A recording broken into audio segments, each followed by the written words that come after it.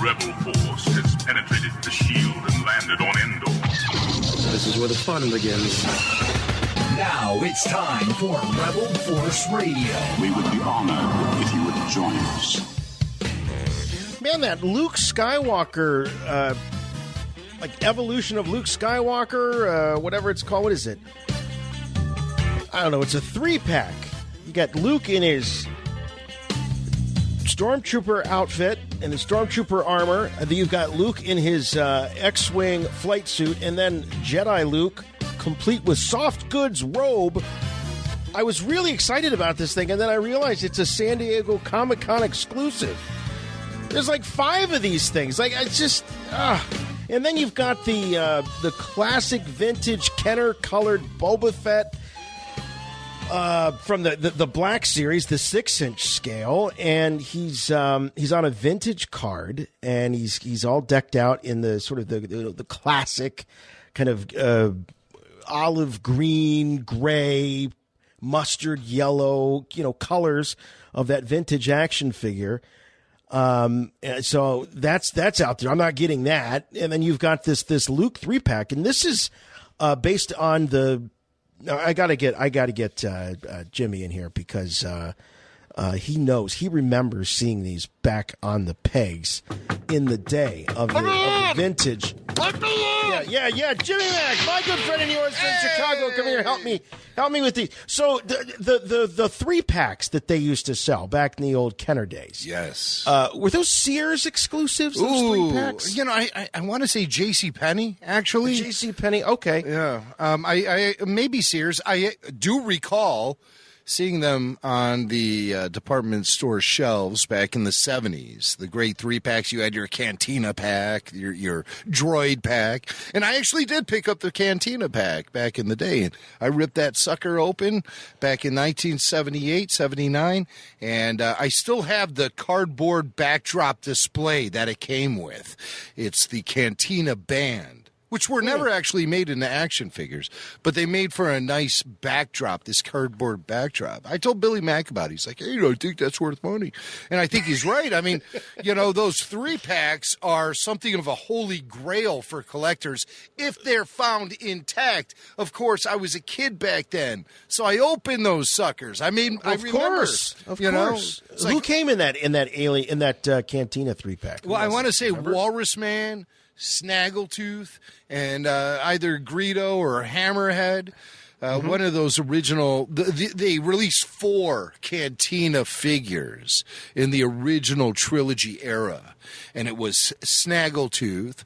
It was, of course, there were the variants, red Snaggletooth and blue Snaggletooth, and that's a whole nother set of, rarities. The blue Snaggletooth was only available in a 4-pack that came with a cardboard backdrop, and that was available at Sears.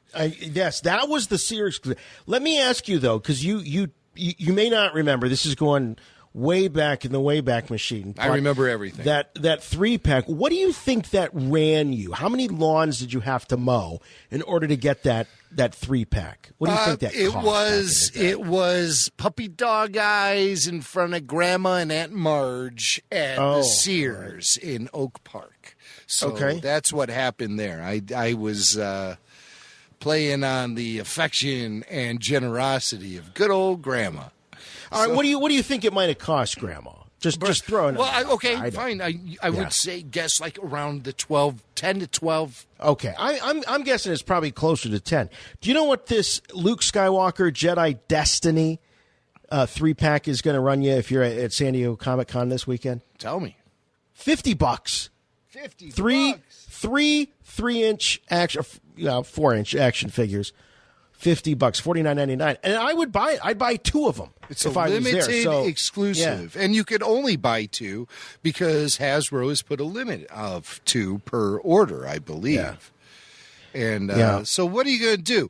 I heard through my good friends over at Jedi Temple Archives, the legendary Paul Harrison and the gang, they tell me that the Hasbro San Diego Comic-Con exclusives will go on sale online on September 10th. Right. on the Hasbro Pulse website. So let me tell you about the Hasbro Pulse website. Yeah, let me tell you a bit what happens with the Hasbro Pulse website. First of all, yeah, unless they have fixed it, all right, their e-commerce solution, whoever they have providing the service for their e-commerce, what it does is it once you put something in the cart, it doesn't hold the items, right, in your cart. So what happens is you're fiddling around, you're grabbing the credit card, you're typing the information, you're setting it all up, you're creating a username, password.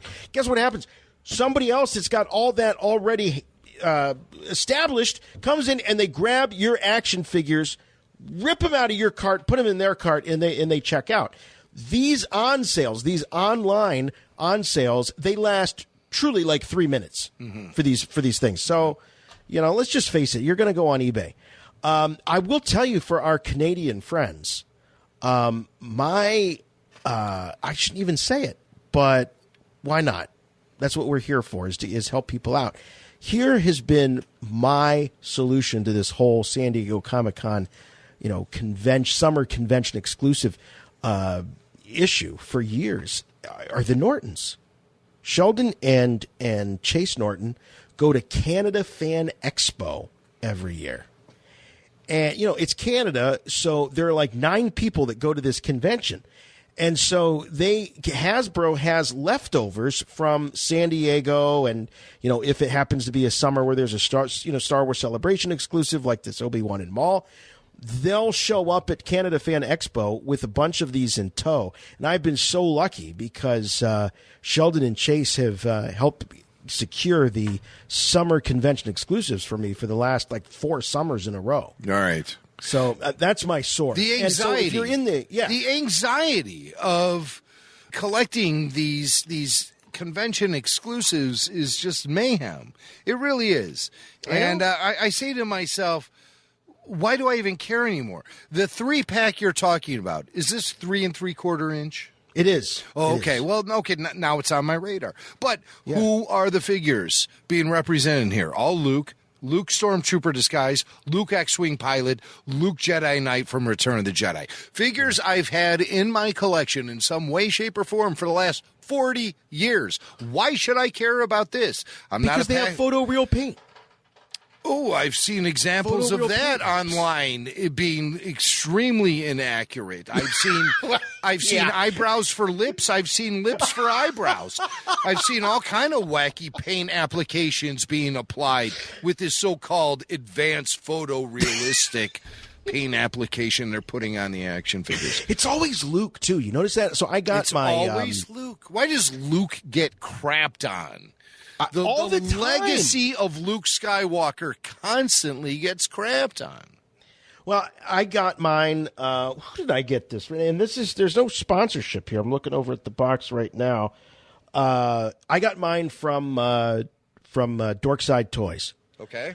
And they used to sponsor the show back in the day. They should sponsor us again, because I get pretty much all of my Star Wars action figures through either Dorkside or Big Bad, sometimes Entertainment Earth.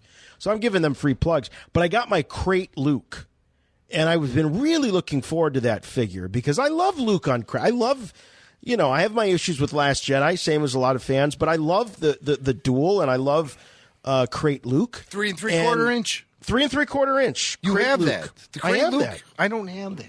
Well, I have it because I mail order this stuff, and we were just off. We were going back and forth on email today, and I think Kyle, he sent us a picture of a Target out by him. He did, and it's the same.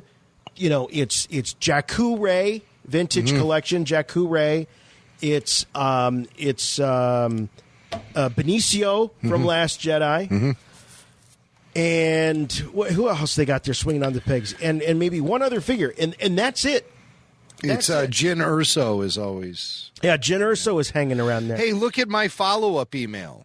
I sent a follow-up email because I happen to be in Target too today. Oh, yeah?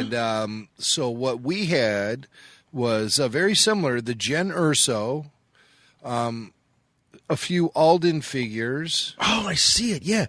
Oh, those awful 12-inch pieces of crap. Yeah, but they're cheapo, though, for, $10. Yeah. You know, those are good beaters for younger kids to play with Star Wars, and younger kids like larger figures. Put them in the sandbox. I mean, come on, how much fun would you have had if I gave you some of these larger figures? But there's no variety. It's all Alden. Right. It's all Alden right. Han. So, I mean, you know, how much fun are you going to have with one figure? And then there's a few Resistance figures on the pegs. But in a Porg. There's always a Porg. Oh, yeah, you got a Porg there. Sad yeah. Porg. Poor, sad Porg. Please adopt me. But that was With the babies in there, no less. That was my scene at Target today, and the picture definitely looks exactly like the one Kyle sent. Although he has Akira to go along with the Alden, so there can be some heat in the sandbox. Yeah. And then tons of Jyn Ersos, but something tells me Kyle kind of put them up on. Oh, there are a ton of them. There's that's not manipulation. That's not staged. No that way. Is, it looks like there's 1, 2, 3. There's like 20-something Jyn Erso vintage figures on the pegs. Yeah. So yeah, we need a refresher. Get out to the Targets in Walmarts of America, Hasbro, and put up some new figures for crying out loud. I've seen the same stuff on the pegs for the last year, and it's getting kind of old. And this is what I said in the email. Oh hell, they're all falling down. Yeah, you're struggling. Also available at San Diego Comic-Con, like Jason, you said, is the 6-inch vintage paint app Boba Fett. It's supposed to look like the original 1979 version of the carded Boba Fett, and it's 6-inch. Yeah, I want that real bad. $27 limit too. So if anyone's listening and attending the San Diego Comic-Con, help out a couple of podcasters. Jason needs, you know what? We both need them. We both need them, both of them. The Luke Skywalker 3-pack Jedi Destiny set, along with the Boba Fett original appearance 6-inch. I don't collect 6-inch, but I have such a strong affection and connection to that 1979 Boba Fett action figure. I cannot pass up any tribute to it. What is this that they're also offering? Hasbro Early Bird Release Edition. Celebrate the 40-plus year saga of the Star Wars galaxy at San Diego Comic-Con 2019 with an exclusive early release product from Hasbro. Oh, it's a mystery release. No, this is the Sith Trooper, I think. Oh, I see. This is the Sith Trooper. I'm looking at some old intel. Oh, yeah, no. So that one was already announced as of last week, the Sith Trooper. Yes, yeah, we talked about that last week. I don't need the Sith Trooper 6-inch figure. Jason, you probably do, but yeah, I'll be getting that. I'll be getting that. Definitely not a 6-inch collector. 3 3/4 inch for life. Right, and I'm telling you, I'm not saying anything new. So those of you who are diehard collectors, you're way ahead of us on this. But for those of you that are on the fence, or you're casual buyers and you're frustrated that you can't find things in your local Walmart or Target, I'm telling you, just go to the mail order, because my last shipment, I got Luke, the crate battle, Luke Skywalker. These are all vintage collection, 3 3/4 inch. I've got the Imperial Assault Tank Commander from Rogue One. I got the Elite Praetorian Guard. I've got Chewbacca on the A New Hope card. R2-D2 on the A New Hope card. Death Star Gunner from Rogue One. Captain Phasma from Force Awakens. Lando Calrissian from Solo. Again, all vintage card style.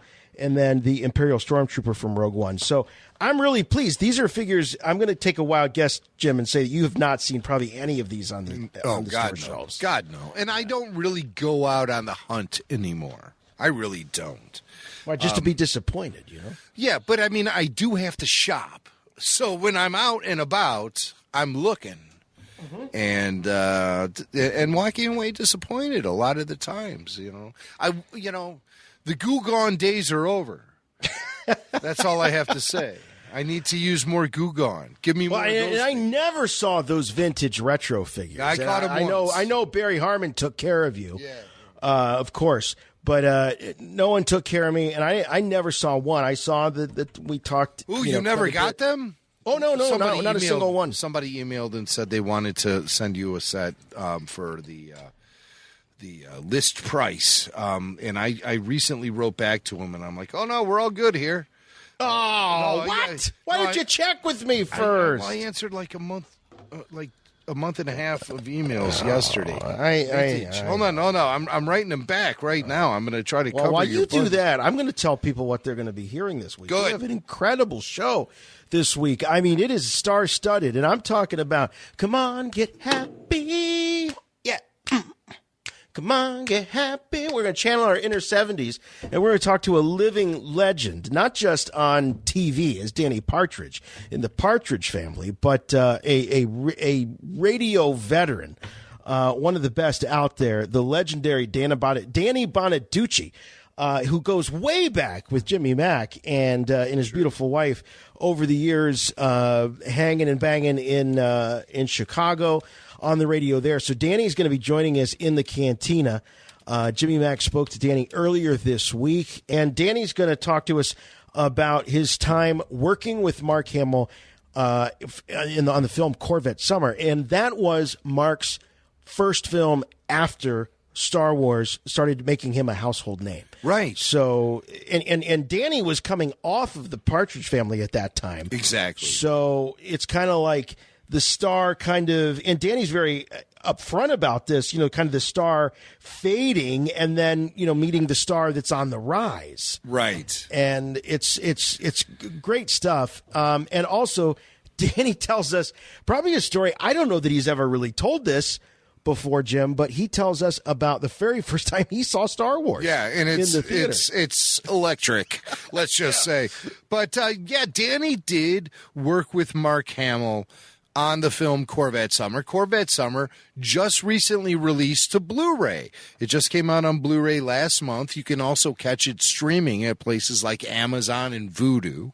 But Corvette, so you can rent it. And it's really worth renting because it's such a slice of the late 70s. It's got all the grittiness of the late 70s, all the character, all the just the grime of the late hair? 70s, the hair, everything. And you are dealing with post-Star Wars Mark Hamill, too, which always made the film such a marquee event for people like myself and a young Billy Mack.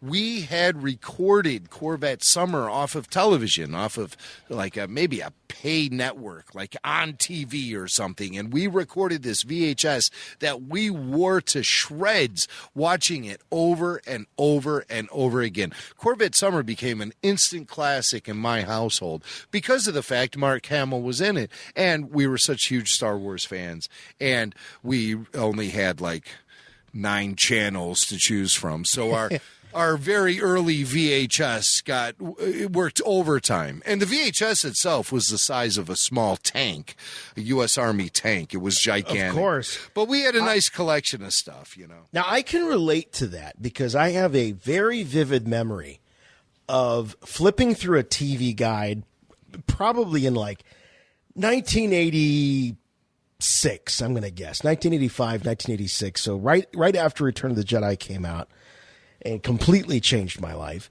And so I'm flipping through TV Guide, and it was a big deal. A lot of you listening today don't realize what a big deal it was when a movie would come on TV.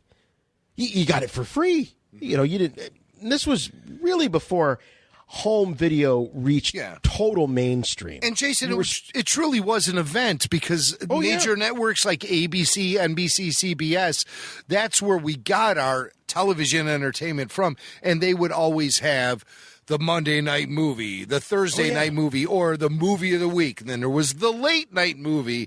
And so you would watch whatever they were serving up to you at that time. And if it was something you were into, forget about it. Talk about appointment television. You cleared the calendar. You're not going to, especially every year when The Wizard of Oz would come on TV. As a kid, that to me was truly the first event television I ever experienced. Oh, there's no question. It was every year around Easter. Right. Wizard of Oz would come on. I believe it was Easter. Sound of Music would also show up. That was probably more my speed, Jim, than yours, but I would watch that. But anyway, so I'm flipping through this TV guide, and I'm probably 8 or 9 years old, and I see Han Solo he's going to be on TV. And I'm running around, Grandma, Han Solo's going to be on TV. And it was a Monday night, like you said, Monday night. And of course, that's a school night. Can I stay up and watch Han Solo? Well, it wasn't really Han Solo. It was, like you were saying, Mark Hamill and Corvette Summer. It was Harrison Ford and Gene Wilder in The Frisco Kid. Yes. 1979's Frisco Kid. Sure. But the ad, I remember vividly the ad saying, Harrison Ford, Star Wars, Han Solo. They would do anything to make you watch these movies. Sure. In the ads. Yeah. And so I remember, getting the permission to stay up late and watching this movie that I don't think was really all that good, but, it had Harrison Ford in it, and he was Han Solo. That's all I cared about. So you take a movie like Corvette Summer, which would otherwise be a pretty forgettable movie, but when you have Luke Skywalker in it, for God's sake, it's a big deal. And, of course, if you look at the trailer for Corvette Summer that was released, in theaters prior to it actually coming out, you'll here, I have a clip right here. You're going to hear that they play that up. They play up the Star Wars connection, no doubt about it. Corvette Summer. Somebody stole my Stingray and the word's out it's in Vegas.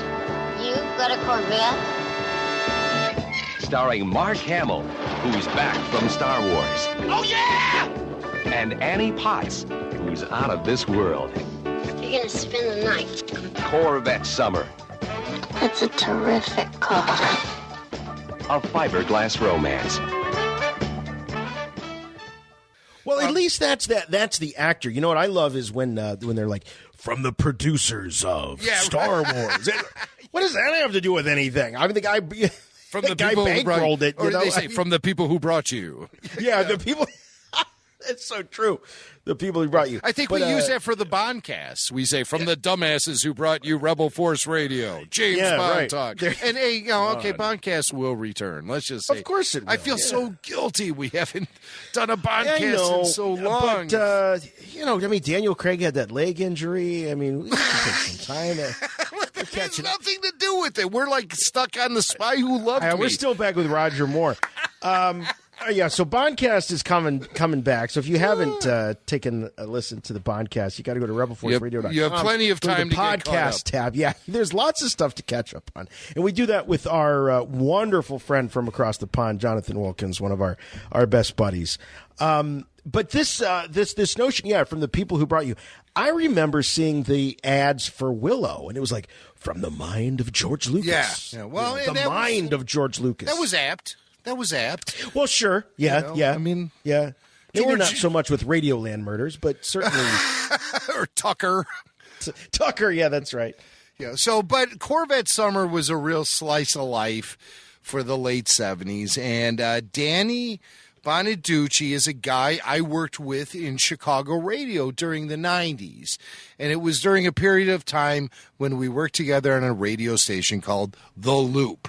And The Loop owned the city at that time. We had the top talents on the airwaves, and when Danny joined up with us, it was a match made in heaven. So he'll always be a member of my family, and I've been really looking for any excuse to get him on the show to talk about not only working with Mark Hamill, but just to get some of his personal opinions and experiences with Star Wars, because Danny was a Hollywood player back in the day when Star Wars was he was debuting. A total icon, 70s icon. Yes. And so truly. It's awesome to get his perspective as somebody who was, there in the limelight, though his light was starting to fade a bit at that time, but still to have somebody right there on the front lines in Hollywood as Star Wars was just beginning to take off. It's fascinating. And of course he's had, he's like a cat with 9 lives, he keeps coming back and,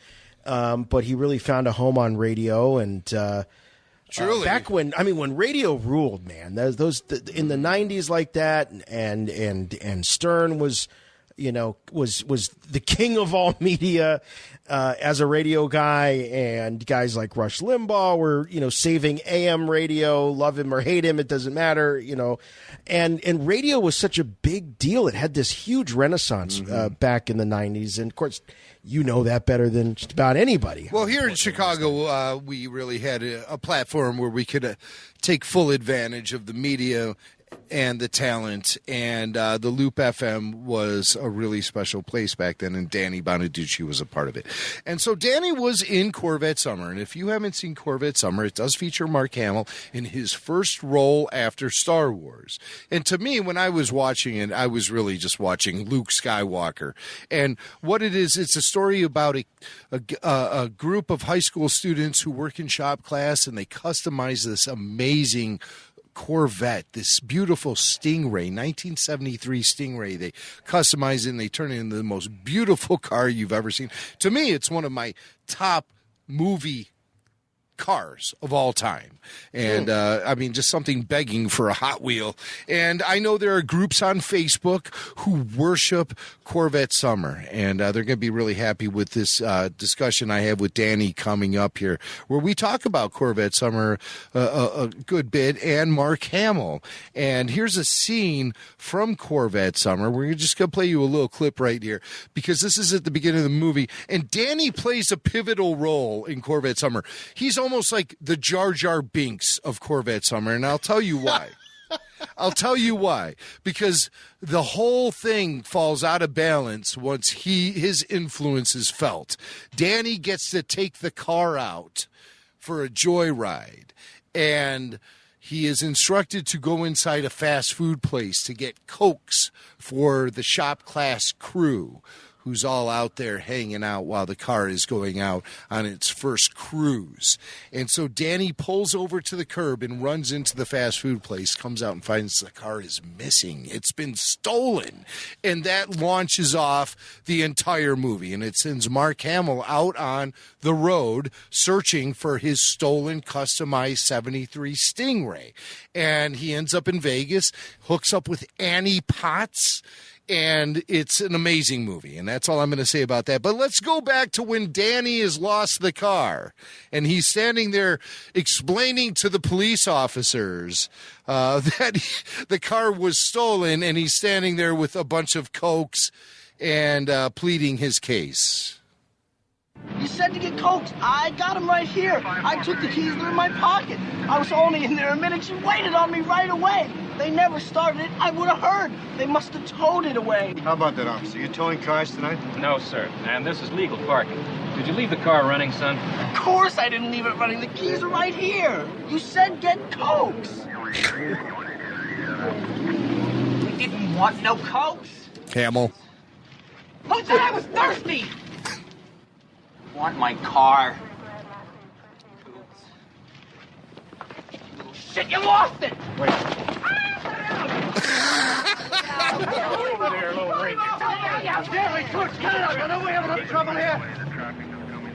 Don't worry, son. We'll get your car back. Oh, Mark Hamill freaks out on Danny Bonaduce in that scene, and it's precious. So Corvette Summer, check it out. It's streaming right now on Amazon. You can get the Blu-ray.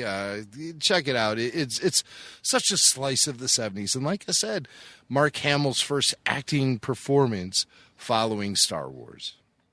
You know, I was looking and surely I was thinking that Hot Wheels had made the Corvette from Corvette Summer. Nope. And it's the only thing that exists are some custom jobs that people have done. So, I mean, there have probably been similar ones, but as far as like a licensed Corvette Summer Corvette diecast by Hot Wheels, who have done like every major, iconic vehicle throughout movies and TV, I don't think it exists. Doesn't look like it exists. I would love to have a 2-pack of the Corvette Summer Vet with Hutch's van from Fanboys.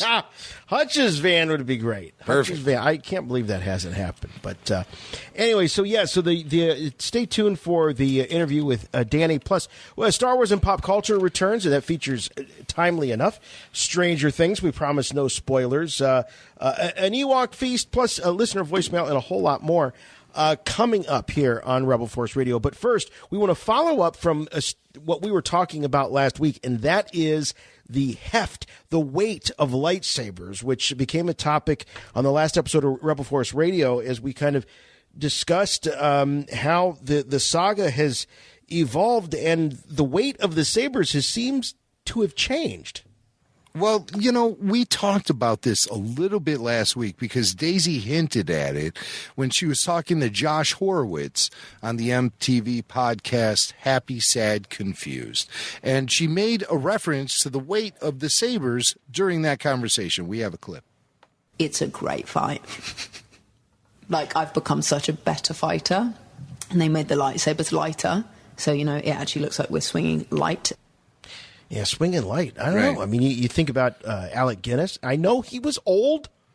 He was supposed to be old, but, and I always thought that Darth Vader holding with one hand was sort of like a real cocky kind of. Yes.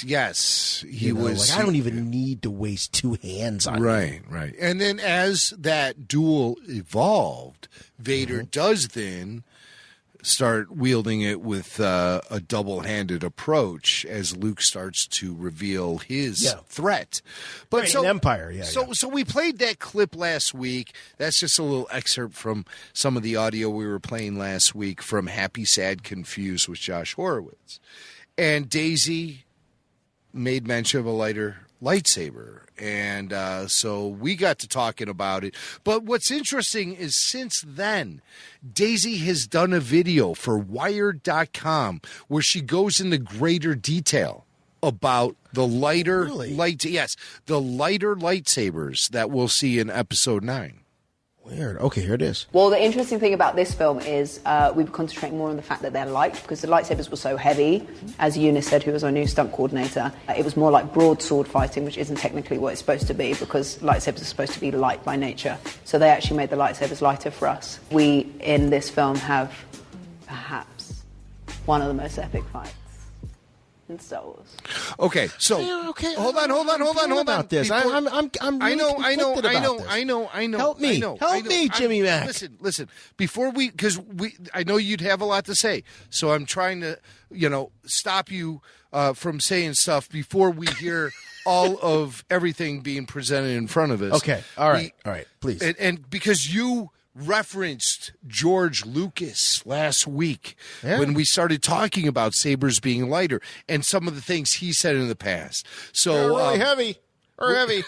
With some assistance from the unofficial Rebel Force Radio Facebook group, we have pulled up this piece of evidence. It's from the Birth of the Lightsaber featurette from the Star Wars Blu-ray 2011.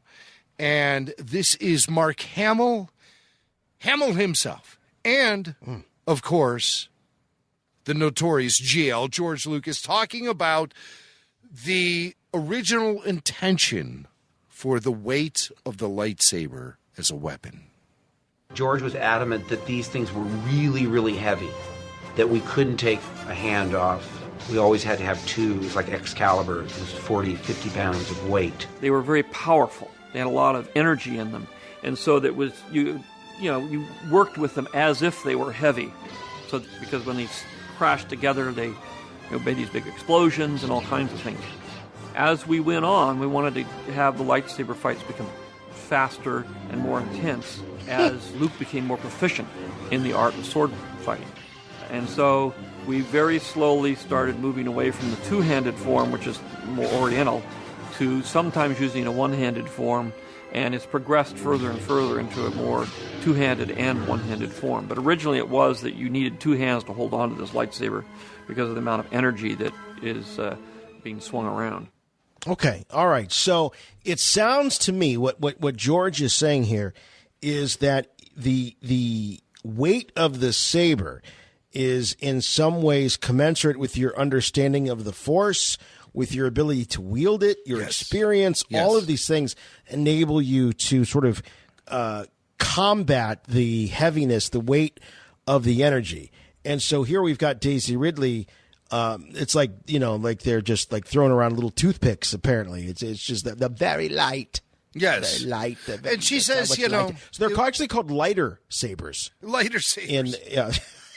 in the sequel trilogy. Brought to you by Bic. But right. But no, the lighter sabers. So she says, it felt like broadsword fighting, which is technically not how lightsabers work. And the first thing I want to do is like take exception to her saying, well, technically, that's exactly how it works. Listen to George Lucas. But if you listen to George Lucas, he's very clear about the way that, for starters, he gives you exactly the reason why the two-handed broadsword approach was taken was because you are wielding great energy. The energy. Yeah. So you have to have a steady hand and you have to have great concentration and, of course, a good connection with the Force. And as Luke starts to grow stronger in the Force, he starts to exhibit a little more flexibility with the way he duels. And that is represented in Empire Strikes Back and Return of the Jedi. So that's what George is talking about, how it was originally conceived. He says specifically for Luke, but he also gives you the reason. It's because they're wielding great energy. Now, of course, in the prequel films, you're dealing with Jedi in their prime, the top swordsmen of their day and their era. And so if they have great maneuverability with the weapon, they have a great grasp of how it works, and so they make it look simple because any expert makes what they do look really simple. But when you break it all down to fundamentals, there could be a huge amount of work going on there. Focus, concentration, connection to the Force, all of the above. Now, we're dealing with Episode 9. Obviously, Rey has achieved a certain level of Force connection, so she's going to have greater ease using the weapon. What I'd like to see, though, is an actual nicely choreographed saber duel happen in Episode 9, because if you look at it, the traditional idea I have for a saber duel was slightly represented in The Force Awakens in the forest saber duel between Kylo and Rey. That was a solid saber duel, but it lacked any acrobatics, any sort of things that we had become accustomed to with the prequel era of saber dueling. Obviously, when you look back in history, there weren't too many acrobatics happening between Obi-Wan and Vader.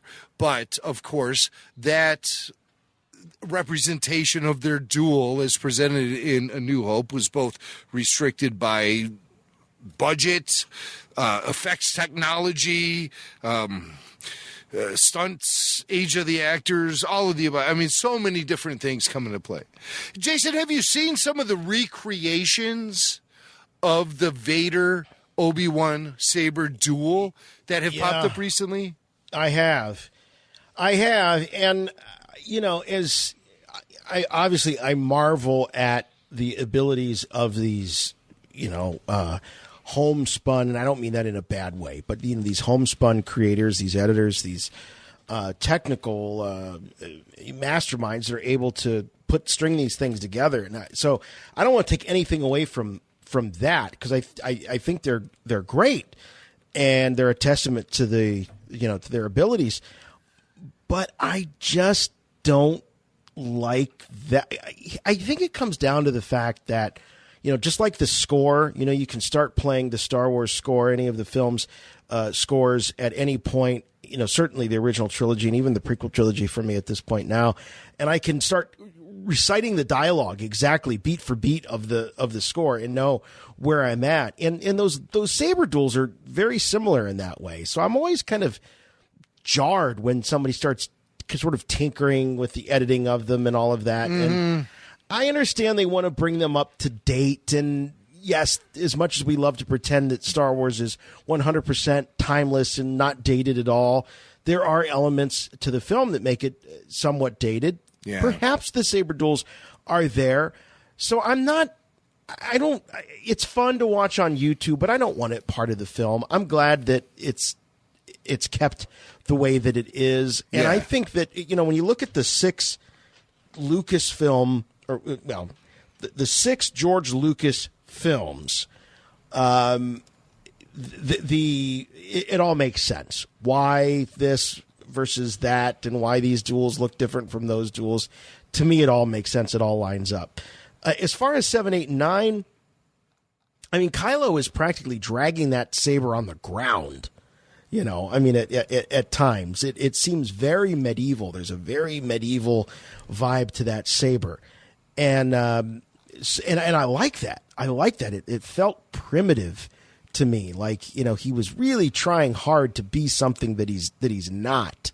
There was an impurity about it. I really like that. You know, I'm not convinced that. We'll see. We'll see. Daisy's very convincing in the role as Rey, and I want the ultimate duel. Yeah, you know, I do too. I mean, yeah. you know, Nick Gillard was the stunt coordinator for the Star Wars prequels, and we thought everything was leading up to the ultimate duel, which essentially that trilogy was the duel between Obi-Wan and Vader. That was the duel of legends. No, on the side of the volcano. Right, on the side. And Gillard did not let us down. Lucas did not let us down. Hayden and Ewan, they didn't let us down either.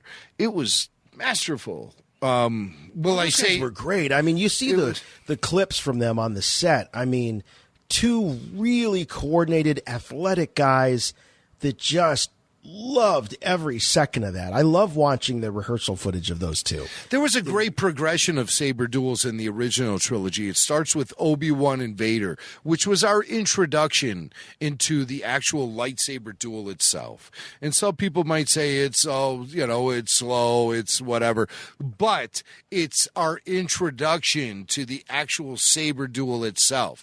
Just that is tantalizing enough to begin with. By the time Empire Strikes Back rolled around, we were primed to see what a saber duel can really do, and that we still got holds it. up. And that we that got duel it. still holds up. And big it time. holds up. In Return of the Jedi, we got more of the same, but with much more of an emotional, character-driven atmosphere around. Yeah, this. those long character beats of Luke hiding out, resisting the temptation to fight, all of that. And then we get into the prequel era where it's just like, we have the technology. we can rebuild it. We can create I can finally make the movie I've been trying to make. Yeah, so just blow the roof off the place. Mm-hmm. Then bring it back into the sequel era, and you get a showdown between Kylo and Rey, which is very character driven. It's very focused on that.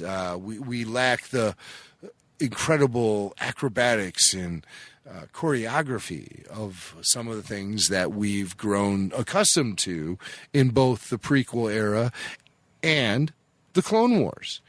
And even to a degree, Star Wars Rebels. So, especially when you consider some of the Darth Maul and the Vader presence in Season 2 of Rebels, we've gotten some good saber tools. Of course, you know, everyone wants to think about Rebels and the final showdown between Darth Maul and Obi-Wan Kenobi, which was zip, zip, zip, done. Oh, man. That was really fast, wasn't it? But, I mean, at that point, who really needs a big saber duel between those two guys? Anything we see post The Phantom Menace is going to be a letdown. But, I hear myself saying that, and I think back to some of the duels we saw with Darth Maul and Obi-Wan, Anakin, and Savage Opress in the Clone Wars. And I was like, wow, there was some pretty good stuff in there too. So, but that thing had kind of run its course by the time Obi-Wan and Darth Maul had their final showdown in Rebels. The whole thing had run its course. Yeah. In my opinion. Would I have liked to have seen some kind of off-the-hook kind of crazy stuff? Yeah, I guess I would. But how consistent would that be with the Alec Guinness era Obi-Wan Ben Kenobi? I mean, it just doesn't work. I can't see him doing flips and none of that. And again, you brought up some of the YouTube edits that we've seen, and masterful editing and great craftsmanship. There's no question, but it doesn't line up really in my mind with where I like to think the character is. Right. There are character moments in some of those re-edits that really rub me as inconsistent. But they're fun to watch. They are damn fun to watch. And I don't think of Obi-Wan or old Ben as having that kind of, the Yoda shtick, where Yoda, for the 95% of the time, he's kind of hunched over and using the walking stick, and he's kind of crippled up and old, and then all of a sudden he just lets loose. Like, I don't see Obi-Wan or old Ben having that same thing, and that's what it kind of reminded me of. Like, here's the old man, and now he's gonna be, doing backflips and stuff like that. It's inconsistent. Right. So when you think about what you want to see in the Rise of Skywalker, we're being promised a huge saber duel. Are we going to be experiencing something that can rival the Obi-Wan versus Vader saber duel for sheer visuals, acrobatics, and choreography? Is that what we're going to be getting out of Episode 9? I don't think so. I do not think so. I think it's going to be much more dialogue-driven, much more character-driven. But I would like to see some of those acrobatics. And I think we do see some of them in that first teaser trailer when you see Rey doing that massive backflip over the TIE fighter that's bearing down on her in the desert. I think that's an indication of things to come. And those are Jedi skills we've not seen from Rey yet. I like the flips. I want more Cirque du Soleil in my Star Wars. Is that wrong? I think we've been conditioned that way for so long. These guys are acrobatics. They're amazing. They're the flying Walindas. I mean, no, incredible. I don't think it's wrong at all. But I'm hoping that it turns out the way you're describing. I'm hoping that it's akin to the Duel and Return of the Jedi, where there's a lot of character stuff going on. I think there's a lot of unresolved issues between Rey and Kylo, and I'm not a total Reylo guy. I would the idea of Reylo doesn't make me upset, as it does some fans. I think that what I love about the juxtaposition of those characters is that they are sort of like a upside down mirror image of each other. Mm-hmm. They're both loners. They both really don't understand what their place, what their role is in all of this. They know that they have a role to play in history, but they don't quite know what that role is. And I love that there's shades of doubt in Kylo Ren. And I also enjoy the fact that, gosh, there were moments when you were wondering, where Rey's destiny was. Was it on the light or the dark side? So I really love the interplay between those two characters. And, is there, could there possibly be some sort of romance or sexual tension between the two? Possibly. I'm actually fine with that. I really am. I'm beginning to lose any sort of confidence in something like that happening. Really? Yeah. Really? I think it's a little late in the game. I think if they make a connection, it will be more on the bloodline level. Oh, see, now that's creepy. Now, George, no. I mean, I don't mean George was making it up as he went along. But in this case, they should know better. There was no overt romance ever being displayed between Rey and Kylo. There was touching. There was not touching. There was touching of the hands. Yeah, but that's because they were blown away by the fact that they were sitting there seeing each other and talking to each other when they were thousands of light years apart. And there was the so when they reached out, there was the shirtless scene where she was, she was kind of attracted. Okay, that's an awkward. No, she was kind of attracted to it. You can tell. She kind of wanted to look, but she didn't want to look. Cover that up. Yeah, cover that up. Cover that up. She's like, but it's like was she attracted or was she repulsed? I don't know. It's like when the cartoon character is covering their eyes, but they split the fingers so that they can see through. It was a little bit like that. What like would you cover have up those preferred? massive pecs. Yeah, pecs. I knew pecs was going to be said. At Yeah, some well, he had point in big this pecs. conversation, pecs has to be said. Yeah. So God bless you, Adam Driver. So, but you know, I mean, that connection when they touch hands, I don't get a romantic vibe off of that. I get a whole, holy crap, I'm seeing you. You're seeing me. We're both fully aware that we're thousands of light years apart. Can this happen? Can we reach out and actually That's like make a us, physical you and me connection? on a Skype call, Yes. and all of a sudden I can touch your hand. Yes. That I would mean, freak us out. If all of a sudden you just showed up while I'm talking to you right now, it's like, there's Swank. It's like, holy crap, are you here? Or am I hallucinating again? And so we would reach out, and I would, like, you know, like this hasn't happened. This has happened to me several times, actually. I don't know about you, Jason. But there you are, and I reach out, and there's nothing there, though.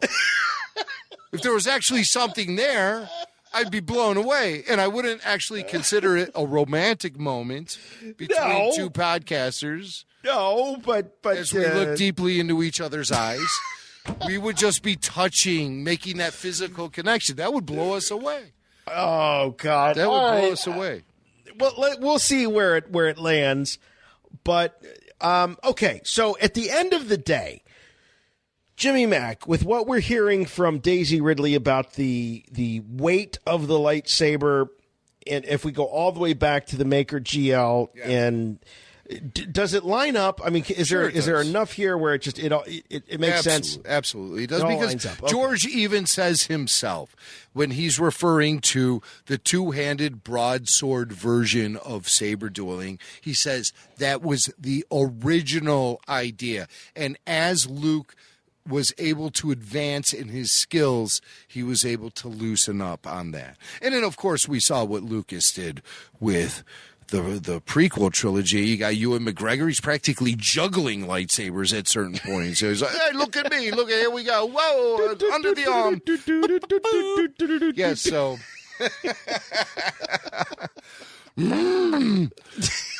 Master Yoda gets very grumpy. These weapons are your life. And your street performance. Let's go busking. Okay. All right. So moving on, let's talk about Mark Hamill. Mark Hamill, he follows us on Twitter. No, he doesn't on Twitter. But He we'd like should, you to though. follow us on Twitter at RFR Rebel Force. Don't be fooled by imitators. We are RFR Rebel Force. That is the official Twitter handle for Rebel Force Radio, the podcast. Mark Hamill, he is a guy that loves his Twitter. He and does. He wields the Twitter platform like his own personal art form.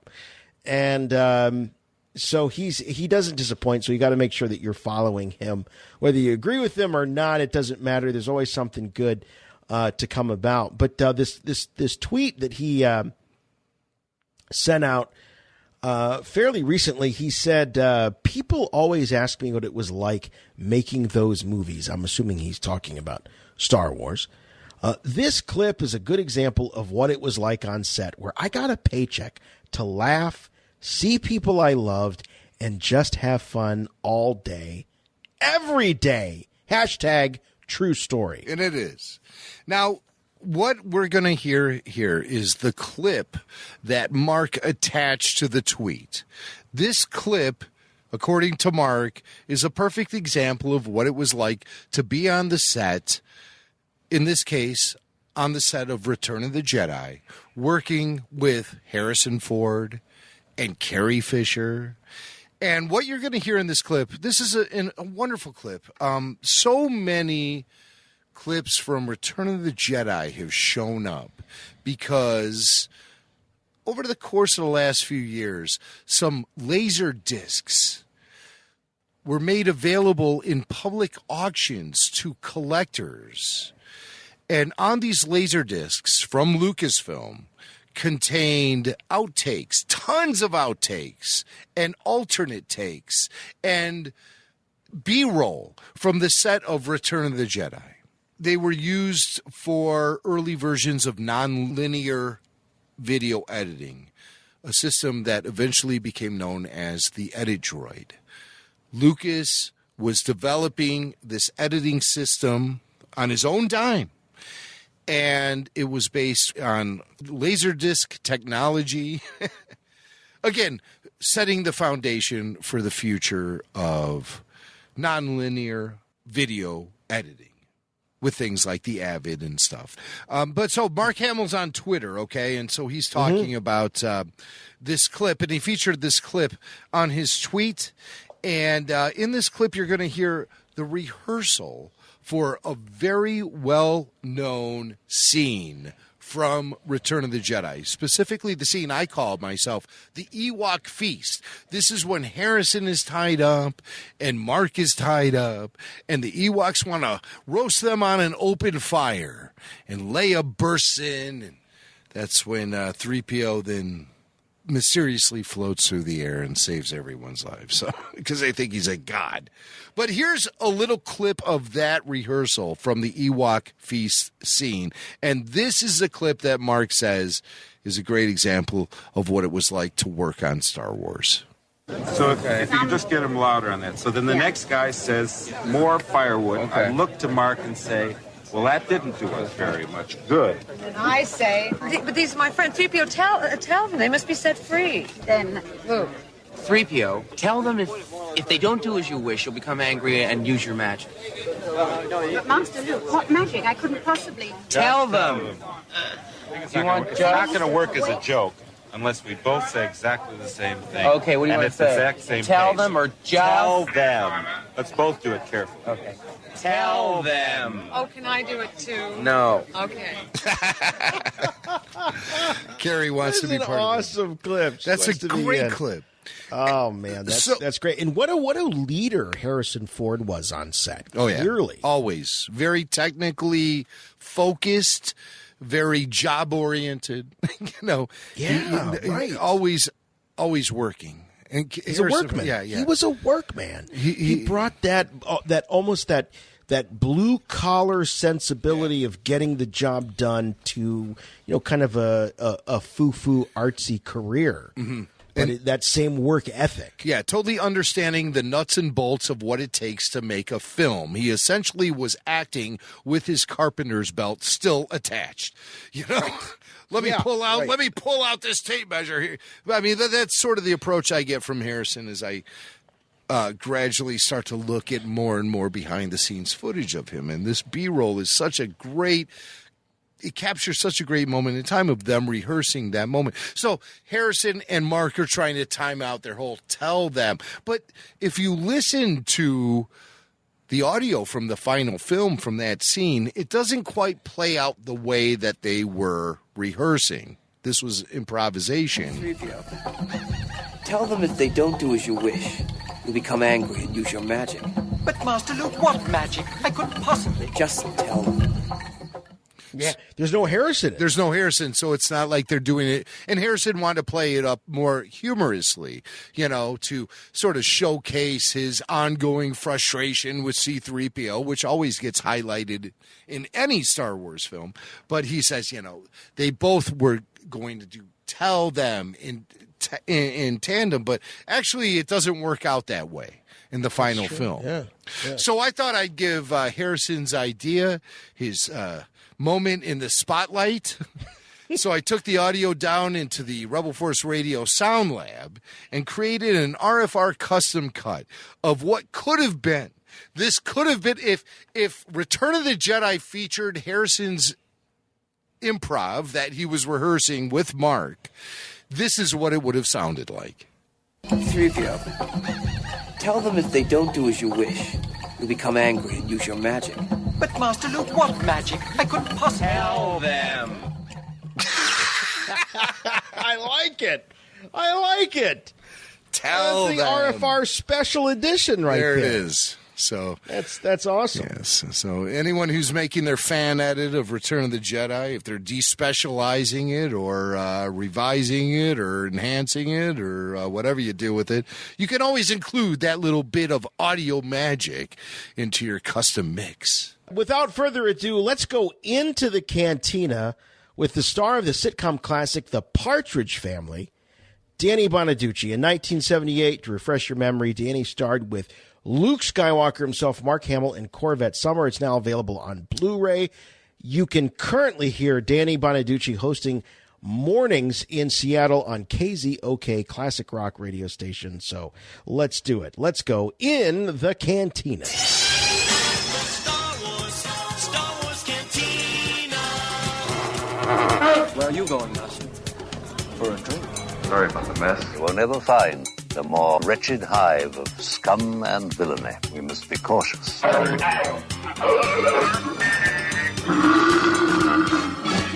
Hello. Danny. Yes, sir. Jimmy Mack. How are you, buddy? Good. How have you been?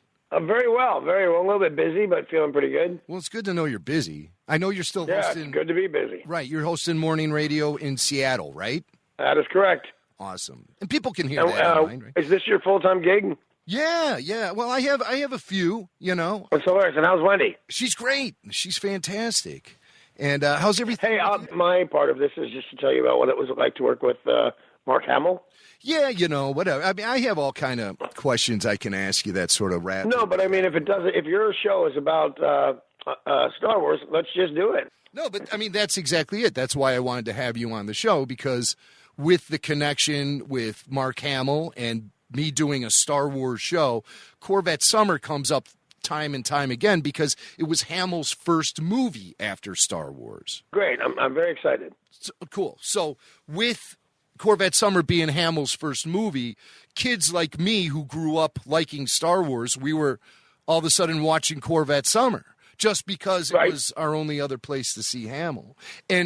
And with Corvette Summer now on Blu-ray, it just came out a few weeks ago on Blu-ray, I thought, well, this is a perfect time to get you on the show because I've always wanted to have you on Rebel Force Radio, but I couldn't figure out any sort of Star Wars connection, you know? Rebel Force Radio? Yeah, that's what we call it. How much do I dig that title? Yeah. Hey, honey, ask me what Jimmy Mack is doing these days. Rebel Force Radio, get me a sword. Dude, that's awesome. I like that a lot. So, yeah, well, thanks, man. And it's been going, hard and strong for a while. And so, like I said, every once in a while, we talk about Corvette Summer. And you were in Corvette Summer. I was, but I have to correct one thing. You said, if you want to talk about Mark Hamill, you got to talk Corvette Summer. Where else are you going to do it? Well, if you Google this, it'll go back and forth a little bit different. Mark Hamill's first job in television was the Partridge Family. Well, that's right. That's absolutely right. I know. Do you have any memories? That was the episode, if I remember correctly. I haven't seen the episode forever.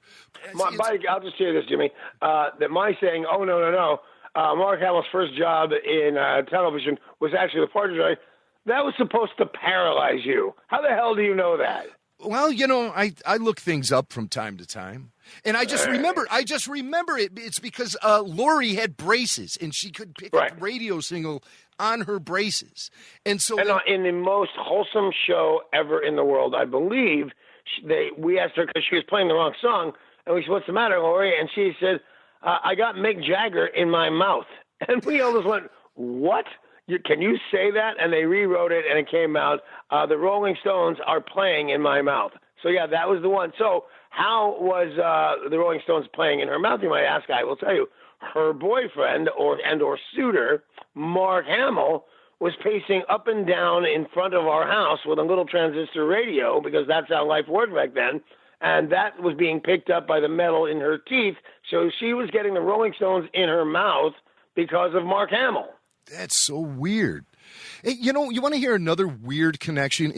I do. Listen, we had Hamill on the show, and he told us a story about when he was shooting the scenes with the Yoda puppet, and the only way he could hear what Frank Oz was saying, because Oz was under the floor and everything, the only way he could hear was they gave him a little transistor thing to put in his ear so he could hear, and they had Oz mic'd up. And while they were shooting out in London, the radio signals got mixed up, and Hamill started picking up the Stones in his earpiece while he was shooting those scenes with Yoda. Oh, that's hysterical. It's always the Stones. It's always the Stones, and not a bad thing, not a bad. And working with an earpiece, a little bit weird. I hosted or starred in whatever you want, a thing called the Next Teen Star or something like that. And I wrote it, I produced it, I did not direct it, but basically I would do this, and I would say, Jimmy, I like what you brought to the show, but you just don't have the enthusiasm for, as of now, you are the next teen star, next child star. And then I'd go down a list of child stars. And when it came to the last episode, the remainders, I would say Jimmy, and then Jimmy's parents, all by name, and the city where and on and on and on. And the director said, now listen, this is going to take maybe 2 days of shooting because we're going to have to cut down after you can no longer remember the name of the kid or his mom or his dad or where they're coming from or with who they liked acting in high school or whatever it is. And I said, I do not have all day to do this. I wrote this show just to have a little something else to do. So I said, put an earpiece in my ear, and have the director, who I already talked to about this, just read all the dialogue to me. And I did 2 days worth of shooting in 15 minutes flat because I had an earpiece. Nice. And no Rolling Stones, though. No Rolling Stones, not a one. Although I'm in classic rock radio, and I play the Rolling Stones all the time, so maybe, Jimmy, we are having another Rolling Stones moment. Well, we should, and there's nothing wrong with that. Nothing wrong with that. Nothing at all. So, listen, let's get back to Partridge Family. Do you remember? I mean, you were just a kid back then, so, I mean, I can imagine a lot of those memories are fuzzy for you, but do you have any recollection of, like, what it was like hanging with Mark on the set or anything? My memories of the 70s are no more foggy than my memories of the 80s, my friend. As a matter of fact, maybe a little more clear. Yeah, I have, he was a nice enough guy. The Partridge Family, by the time that had happened, had thrust us into the stratosphere. We were on fire. We were the biggest stores in the world. I'll tell you this. I can't remember if it was People or Time Magazine, whoever did the list of the 100 most famous people in America. And I was number 32. Yeah. At 7 years old, I was out of the 100 famous Americans, I was number 32. So it was all weirdness.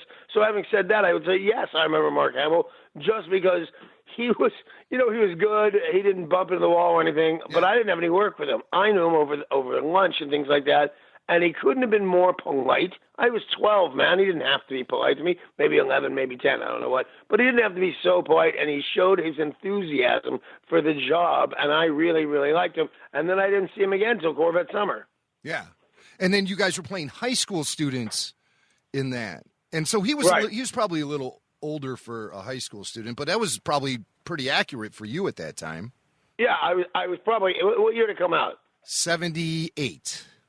I graduated high school in 77. 78. Oh, so yeah. So it was not that difficult of a role for me. Pretty close. I think. Do you remember? Okay, this is gonna be fun. You interview me about Mark Hamill, and I'll interview you about me. Do you remember what my character's name was in Corvette Summer? Coots. Coots. Why the hell? Two things. Why the hell was it Coots? And why do you know it was Coots? I didn't know it was Coots. That was supposed to be a trick question. I haven't seen Corvette Summer in 30 years until yesterday. I streamed it. I streamed it on Amazon Prime, and Coots. And you wore a top hat. I wore a top hat. Why the hell did I wear a top hat? I don't know. That wasn't a fashion statement in the 70s, 80s. Now, anytime. I don't even know. So yeah, I'm the guy that people blame for having the Corvette in Corvette Summer. So wait. Now you only watched it yesterday, so my trick questions to see how well you know things is a little skewed now. Well, I only saw half of it. I have to admit. What was odd about the Corvette? Left-hand drive. Right. Although I think it's right-hand drive. Right-hand drive? Well, it depends, I guess, on how you're looking at it. Right, but either way, you're right again. All right. And you drove it. Oh, I was the main guy to drive it because we had a stolen. There were stuntmen and stunt drivers who drove it in Las Vegas, because those are those scenes. Yeah. But as for people on the movie directly, the people with the dialogue, it was me that got to drive that car. I bet that thing by the way, this show is not about a Corvette, is it? No. Well, it's all not. right, then that Corvette sucked. It was a terrible car, totally stupid. Well, I was going to ask, because it seemed like it would have been pretty, wonky to drive with that. Well, the right-hand drive didn't throw me. What threw me was I'm a teenager. I'm 18 years old, man, and I'm going to drive this animal of a car, the shark of a car with these weird air intake things and right-hand drive or whatever the hell that is. It should have been the best thing. And then I get in the car and I hit it gas to the metal, pedal to the metal, and almost nothing happens. It's as fast as Oh man, as fast as a Buick your mom might drive, it was it probably had a V6 in it with no tricks. It was a terrible car. Oh, okay. It's just barely moved, probably, huh? Yeah, no, it wasn't a special car at all. There's one point in the movie where you're in the car with Mark and you're on a CB or a walkie-talkie or something, right? And you go, dig it, boys and girls, and I just instantly thought of the old days on the loop in the 90s when your catchphrase was dig that. Dig that. It was something that Kevin Matthews told me. He said, this radio station and our fans are so rabid and great. And one of the little catchphrases he used was, you know what, say it twice, it's on a T-shirt. And somebody called me up and said, I don't know if they won something or they told me something. I went, wow, dig that. And apparently I did it the next day. And sure enough, Danny Bonaduce says dig that was on a loop T-shirt. That was a catchphrase. That was everywhere. Was. And I don't still use it. It's still something I say oh, that's bitchin'. It's like that. It's a thing I grew up with. Yeah. But in Corvette Summer, you go, dig it. And so I was like, oh, I wonder if that's an early dig that. It's an indication, but I had no idea I was doing it. And I didn't really know I was doing it on the loop until the T-shirt came out. Oh, well, that's kind of weird that was a catchphrase because I thought of it as, something I didn't even say very often. And they threw it on a T-shirt, and it was a popular T-shirt. It was. I think I have one still somewhere in the house. All right, so here, you want another Mark Hamill update, and this is probably all I have on this. Okay. So we're doing Corvette Summer. We're, I guess we're reasonably close in age. I don't know what it was that made him want to do this, but I was very happy that he did. He said, well, you know what? Why don't you come to my house? I can't say he wanted to say run my lines. I don't think we had very many lines together. But whatever it is, he invited me to his home on PCH, Pacific Coast Highway. And I thought that was super neat. And by the way, I'm already kind of a has-been. I won't become a full-blown has-been for another 6-7 years, but I'm already I'm on the train to has-beenville. Okay. And so Mark Hamill, who was, on the Partridge Family once, is now the biggest movie star in the world. I can't believe I'm going to go to his house. Yeah. This is amazing. So there's almost no parking on Pacific Coast Highway. So he tells me exactly where I should park. And I would say from the outside, the house was approximately as big as a 2 and/or 3 car garage. That was the whole house. And I went in, and there were a couple of interesting things about it. One, the waves, I don't know if you know this, man. You ever been in a house on a PCH or another right on the beach house? Yes, absolutely. A mutual friend of ours used to have a place under the house and shoot up. And I thought, we're dying. And I grew up 8 miles from there. But I had never been in a house on Pacific Coast Highway. And the waves would rumble that house every time. So, and here is going to become your Star Wars thing, as small as I can offer. Okay. So I go in. He's Mark Hamill. He's bitching. This house, by the way, would cost today. I fool around and check the prices of real estate. It's got to be $12 million today. And it's the size of a garage. And it would be $12 million. And that's a real accurate guess, man. I know about that. I look it up every single day. Mm-hmm. So I go in, and I'm not astonished by the house because all I know now is a tiny little house. I figured back then probably worth $500,000 in 1978. So I'm looking around. I kind of feel awkward. Mark's being as nice as Mark Hamill can be. And that's nice. He's if your guys want to know, that is a one sweetheart of a guy. And that's when I look up, and there's I've never seen this before, but at Gary Coleman's house, believe it or not, there's a shelf that runs all the way around the house because it's little, all the way around the house, above doors, windows, and everything, and does the whole 360 degrees of the house. And it's every inch of it is Star Wars collectibles. No kidding. Every possible thing they were going to make or ever would make. So that was and I got to tell you, I didn't know that much, and I would say that the provenance of being directly from Spielberg's office, Lucas's office, to Mark Hamill, and from Mark Hamill to the world, I would bet if he sold that thing, it would be several $100,000. Amazing.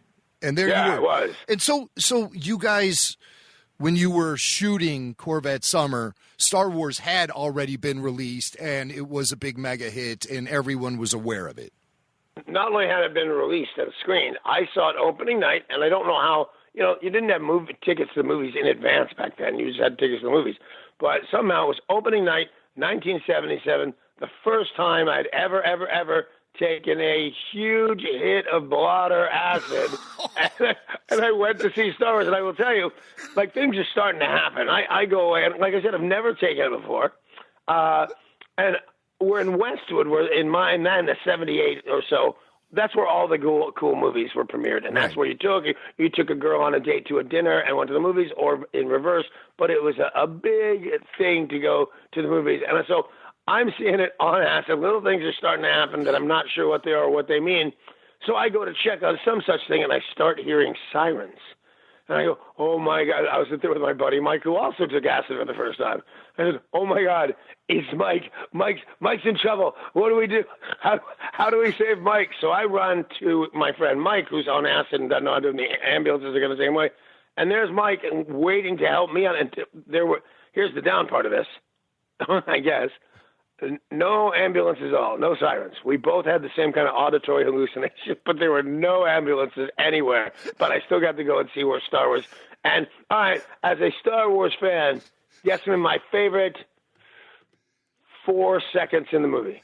Okay, of the original Star Wars, your favorite... Yeah, 1977. Your favorite 4 seconds. Yeah, it could be 5 seconds, it could be 1 second. But you, as a Star Wars aficionado, should be able to guess it. Well, geez, I mean, you're really casting a wide net here. All right, 4 seconds. I'm casting a very bit. When I tell you, you'll say, of course. When Luke is watching the sunset. When Luke is watching the twin sunset. Am I right? Oh, man, you don't know acid as well as I do. Oh, well, you didn't. Okay. You ready? It's the swip to light speed. Oh, okay. I can see. Yes. And you can tell who was on acid in that movie because the whole theater went, whoa. Whoa. Oh, my God. Amazing. So I'm taking back all your prizes. Oh, well, okay. And what was the prize going to be? A hit of bladder? You talk to me, you're going to have nothing but surprises. So I didn't really play with Mark Hamill that much after that moment because we really didn't have any dialogue together. But anytime we were in, I think he wanted to be pals, and I would love to be pals with him. I think I screwed this up by being thrown by fame. Famous people make me really nervous. I get starstruck. It's just embarrassing, and I muddle my words. But he was trying as hard as he could to be friends, and now we're in somewhat of a weird little friendship that I didn't know about. My wife pointed out. He follows me on Twitter and likes half the stuff I say. No kidding. No kidding. I was in Portland. This is the first time my wife told me about this. It was last weekend. I'm in Portland, Oregon, and I'm walking down the street, and I see of all these things you would see in the windows in Portland because they're all weird, and I see a Partridge Family lunchbox for no reason at all, out of the blue. So I asked my wife to take a picture of me in the Partridge Family lunchbox, and I wrote I tweeted, man, I'm just walking down the street in Portland, Oregon, and what do I find? A Partridge Family lunchbox with my picture on it. Damn, I'm famous. And I sent that out, and he tweeted on it, talked about how funny it was, and I thought that was pretty cool. Well, because he probably knows that you're just blowing smoke, He better have anybody that saw it better know. You'll always get one, though, Jimmy. Oh, of you'll course. always get one. You're not that famous, Bonaduce. Just last Wednesday you were a has-been, and I've stopped to answer because I used to answer them all. You bastard! If you heard my radio show, you'd know I'm great. I've been on TV since you were 4. Shut up. Now I don't do that anymore. Well, when you have total strangers reaching out to tell you how you're not well known, I think that just answers it. There's always somebody though to say the exact opposite, and often not funny. I'll say I did one. Well, it was not too long ago. I played my guitar for the first time ever in front of people. I did an open mic night in Hawaii, and I thought it was really, really good, but only because I had the nerve to do it. And I said, "God, I'm good," or something like that. And somebody wrote me and said how that was unthoughtful, that there is no God. This whole thing, man. I said, hey, I'm making a joke. Leave me be. I'm pretty sure there's a God, but I don't know. Oh, my God. That's hilarious. Yeah, people take things too seriously. But you're playing guitar. Remember our old friend, I don't know if you remember him, Lou Caruso? Yeah, sure. Yeah, Lou was a great guy, and I was super tight with him. He, unfortunately, you probably don't know this, but he passed away. I don't know this. I can tell what's coming. Yeah, he passed away back in 2010, and How come? He's a young man. He he was suffering from massive depression, and it took us. Are you going to tell me he killed himself? Yeah, it took us all by surprise, dude. I used to hang out with him every Wednesday night. I would go to his place in Schaumburg, and we would jam in his garage, and he had all these great vintage guitars and stuff. Then one time I went to go see him. He was playing with his band at Dirty Nelly's, and I went to go see him, and he had a bunch of my stuff, and he gave it back to me. It was a bunch of like videos and CDs and just things. And I was like, you don't have to bring all this. He's like, no, man, you need to take all this stuff. And then a few weeks later, he killed himself. Holy Toledo. That's terrible. As I remember, he was a really nice guy. Yeah, it was terrible. I don't mean to bring the conversation down. I haven't thought about Lou in a while, but I just remember when you said you were playing guitar, I remember Lou was in that band with Kevin, and I think Lou taught you how to play chords and stuff. I believe it was. He told me, he said, he taught me 3 chords, and I made a joke about how as soon as I get the other 500, I'll be pretty good. He goes, you don't need 500 chords. Kid, you want to play rock and roll music, you really need 3 chords. Oh, You'll be fine. He was the best to play guitar with. He was the most encouraging. Is that what you play? Yeah. And, I just, hack away. My son is actually a really talented musician, and he plays out. How old is your son? He's 20. Jeez, he's 20. He's got red hair. Chicago for 5 minutes, and this happened. And he's got red hair too. So people are suspicious, Danny.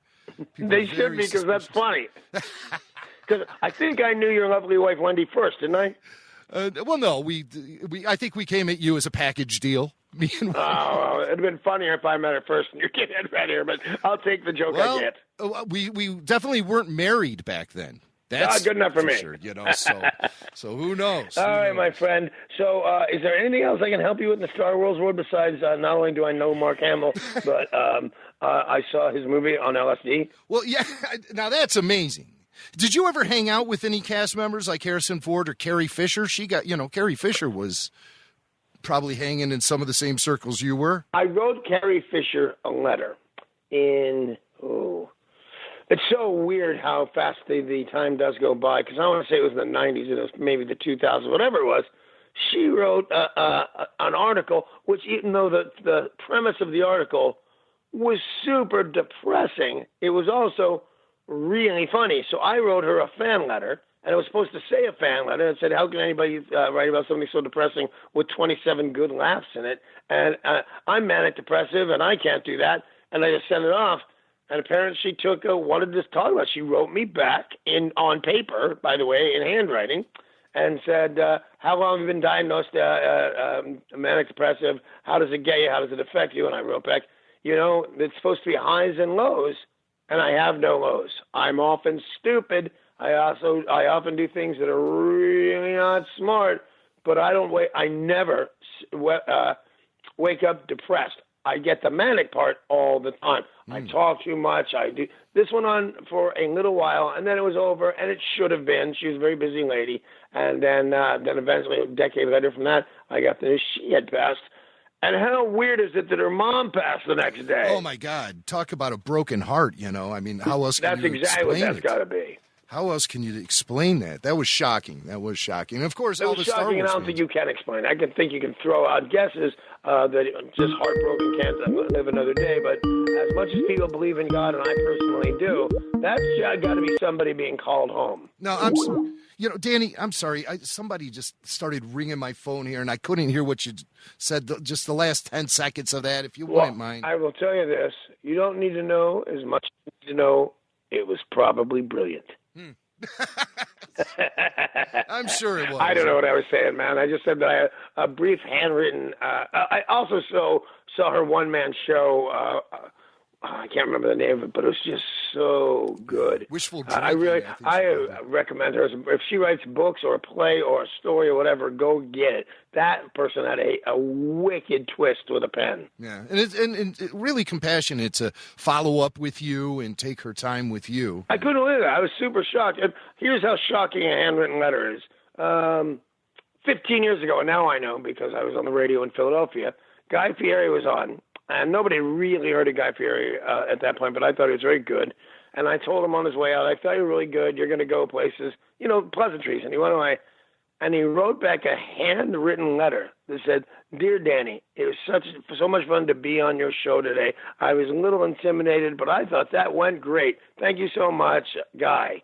And my wife pointed out, I have never seen anybody write a handwritten letter of thank you to you before, ever, after the hundreds of guests you had. Just that Guy. So Guy holds a soft spot in my heart. Oh, well, that's nice. That's really nice. So be watching your mailbox for a card from me, I'm sure, after this is over. Oh, yeah, a handwritten card. I'll tell you what, just the experiences that you and I have had together in the great city of Chicago will be enough. Do you have fond memories of Chicago? Do I have fond memories? I'm still here, so. I realize you're there. Okay, it's been just wonderfully because I have nothing, and my life was not great in Chicago. You know, still taking drugs, still drinking too much. But I look back on Chicago and think that was the greatest time in life. That these are the days that they'll always tell you you're thinking about. Those were the good old days. Yeah, they sure were, man. They really were. And we did have a lot of fun. And back then, the Loop Radio was kind of owned the town. And we knew it. Be beat. The Loop Radio. I've been real popular since, where it was like, oh, let's listen to the Danny Bonaduce show. But I've never been a part. First, I'll say family because we're all so loving to each other. But say like, monsters of everybody. Like, here's how I'll tell your friends and fans how morning show or radio work. The morning show guy, if he's doing well, is king. The afternoon guy is nobody and nobody cares. The afternoon guy is mostly nobody and nobody cares, and that's how it goes. The Loop had 7 huge stars in a row on back to back to back to back. Yeah. Yeah, it was amazing to be there too when it was all happening. It was a real all energy great part of that. You sound like you're doing really well. I forget, because I think of Jimmy Mack, and I think the way we used to be and the way we used to hang, and it's all positive. But then you say, my son. Do you remember my son? Oh, he's 20 now and plays guitar. That reminds you how long you've been gone. I remember, so true. I mean, I remember the day I was in the newsroom at the Loop, and the phone rang, and it was you. And you were very excited, and I was excited for you because Isabella was born. And sure. My daughter was born. You wanted to let the whole world know, and I was happy that I'm like, why? I didn't know why you were calling the newsroom. You must have had a mixed up number or something, so I was able to put you through and get you on the air. But I was like, I had another day like that at one point in the radio. I had a really important thing to say at 6 o'clock in the morning, whatever it was, and I called up the radio station because I'm late now. I should have been there at 6 o'clock, and they won't put me through. And I said, "Put me through right now. I'm going to come down there to work, and you and I are going to have words." Blah blah blah. So I get on the air, and some guy's talking to me, and I've called into the Ryan Seacrest show by accident, and I just seemed so crazy. But he worked right next door in the next booth over, and I had the wrong phone number, and I insisted. I said, "You put me on the air right now with this person." It was a little embarrassing. Seacrest, okay. Yeah, and you know what? He couldn't have been nicer, but everybody was making a fuss over him. They saw him as the next big thing, and 10 years later, he was. Yeah, well, but when he was 7 years old, was he one of the most popular people in the world? Hell? No, he was not. Thank you very much, Jimmy Mack. I appreciate that. Hey, let me ask you a thing about being a Star Wars guy. If somebody, while talking to you, made a reference to Star Wars that was actually a reference to Star Trek, would you get all mad? It happens all the time. All the time. I got a girl, I wouldn't even thought to say it, but I was mentioning I was doing this with you today, and she goes, "Oh, no, is he going to I'm just a dentist. I'm not a doctor, Jim," or whatever the hell it was. And the other guy in the room who was a maniac about Star Wars was really put off by it. Yeah, that happens. But you can't get bent out of shape about it because it's like people like my mom will give me newspaper clippings. It'll be like William Shatner, da-da-da. I'll be like, "Mom." But, you just want to be patient. I think people can make it. Can you believe William Shatner? And I'm going to put this together what I'm talking about. Not just the fact that he's 85 and looks so good, but I was doing, it wasn't a Comic-Con, but it was a big conference of 70s, 80s, 90s, 2000 actors. And so I'm there, and William Shatner's there. And I'm getting paid $2,000 to be here. William Shatner has $100 million easy. What's he doing? And I'll tell you what he's doing. when you see he just wants to be loved, man. I can't think of any other thing. I was watching him, he's doing the price line commercials. I'm going to look it up right now, but I'll bet he's got $200 million. He just wants to be loved. Well, and, I think it's important to keep moving, too. And that's what I like about Shatner. He doesn't slow. He just keeps moving. He's out there. He doesn't let the calendar slow him down ever. And so I like that. No, I wrote a tweet about that. I love my Twitter. And I said, I just spent the day with William Shatner. And today was the very first time I had saved up the guts to call him Bill. And it was an amazing feeling. And Shatner writes back, well, that's great, but don't ever do it again.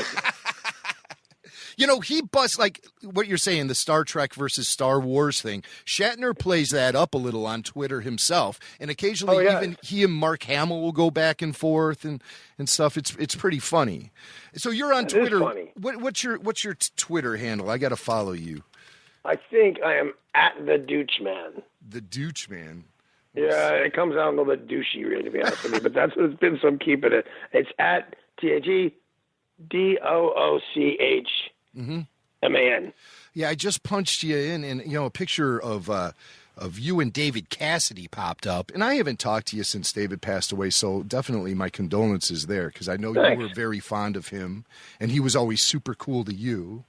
And he couldn't have been cooler to me, and I'm sorry he's gone, but his fans that remain are fairly crazy, and but they just want to keep his memories alive. Everybody put in, including me, I think, for a brass plaque on a bench at a racetrack in Sarasota, Florida. These guys really fight to keep him alive. But I'll say that he was one of the, at least to me, because a lot of people didn't like Cassidy, but at least to me, one of the nicest guys in the world. In my limited experience with him, when he'd come by the Brandmeier show or whatever, he was the coolest in the world. And I thought he was the coolest in the world when I'd watch Partridge Family as a kid. Right, so did I, believe me. And he didn't. Now, so many people in Hollywood auditioned for Star Wars. Are you aware if David ever tried out for a role in that film? No, if it was true, I'd be surprised. David Cassidy was still down. Obviously, the Beatles stayed up there, and David's star fell. But David Cassidy really couldn't leave his house by 1977. He was still super famous. And the difference between he and I made that reference. I take the train to Has-Beenville or whatever it was. Well, my face was changing. I didn't look that much like Danny Partridge by 1977.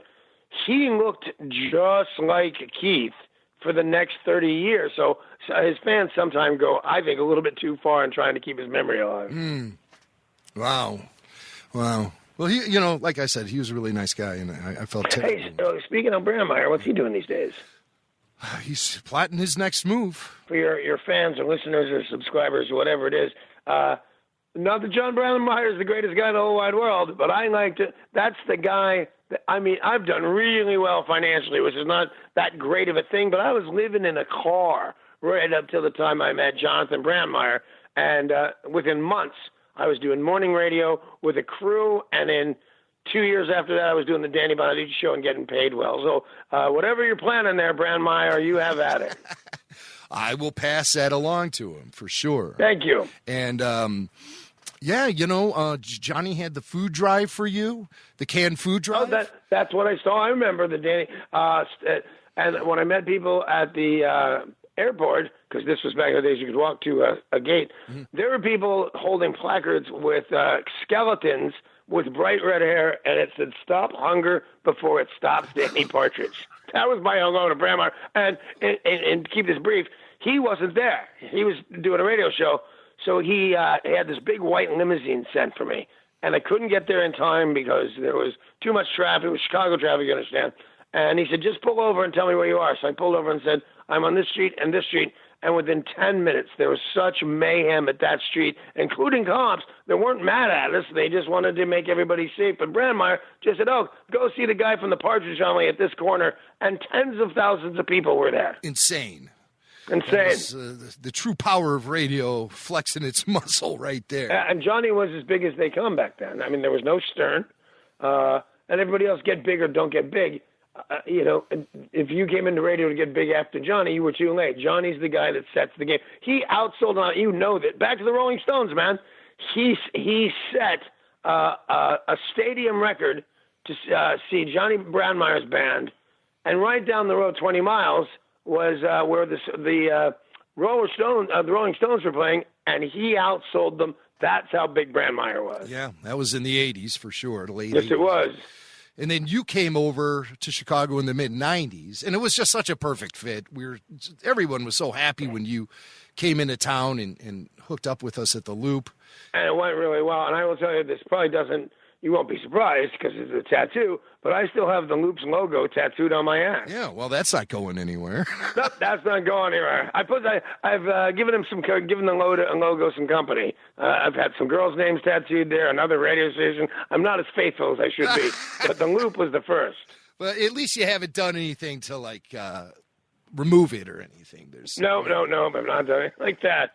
No, that was a great tattoo because that was, like you said, the good old days, and it was really a moment in history that I don't think can ever really be repeated. Until it can't. You couldn't do it. You couldn't repeat it. It'd be weird to have disc jockeys that even Stern now is nothing compared to Brandmeier at his highest day.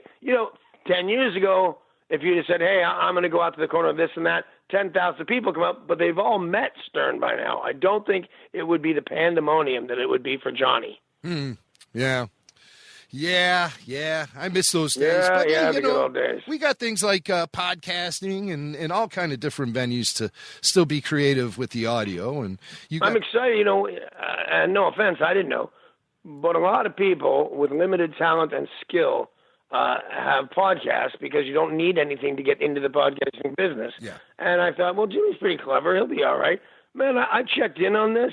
This show is very, very popular. I mean, you have a responsibility to take care of the popularity of this show. People really tune in. Oh, my God. Well, I feel that. And I really appreciate you saying that. So thanks, Danny. But, You're welcome, man. It's labor of love. It's passion, That's what it's all about. It is. And it's all about having a good time, too. And it is. Hey, and all about that is wonderful, but I do have to go back to what I was doing when you called in. And that, sir, is not rubbing one out. I was just busy. So, all right, man. Is there anything you want to leave us with, like what you're up to now? You're doing morning radio at KZOK. KZOK. There's a podcast of my radio show on that. It's the company's, but it's just the whole 4-hour show. No, I'm good, but I'll be coming to Chicago relatively soon, and I will look you up, and you can show me what's new and where's the best places to eat. Oh, my God, I would love to be able to see you. So, yeah, definitely. Let's get together. Next time you come to town, we'll get Neil, we'll get Wendy. We'll get that would be this big. We'll get your wife, we'll get my old wife. By the way, do you still speak to Neil? Absolutely. Yeah, me too. He's a great guy. He only lives about 5 minutes away from me. And, he comes out every once in a while to see Michael perform in a bar or something. It's great. That is great. Yeah. All right, well, I'm going to wrap it up because I got stuff to do, but I appreciate it. I don't do a lot of these, man, but Jimmy Mack wants to talk to you. Well, you just jump to it and do it, man. So Danny, I will see you later. Danny, you're the best, man. And you'll always be family to me since, Thanks, man. From the old Wendy days. For me. All right, buddy. Take care. Bye. Bye. It's the girl, the car, and the time that separates the men from the boys. Corvette Summer. All right. Now, obviously, the Mark Hamill stuff is fascinating, and I had no idea. Maybe we talked about it on the show. I had no idea that Mark was on the Partridge Family. Yeah. Here, I thought that their first connection, or their first meeting, would be on Corvette Summer, but the episode, and I remember because there was a famous I Love Lucy episode too, I think, where she also was getting radio waves through her teeth, her fillings in her teeth. Probably.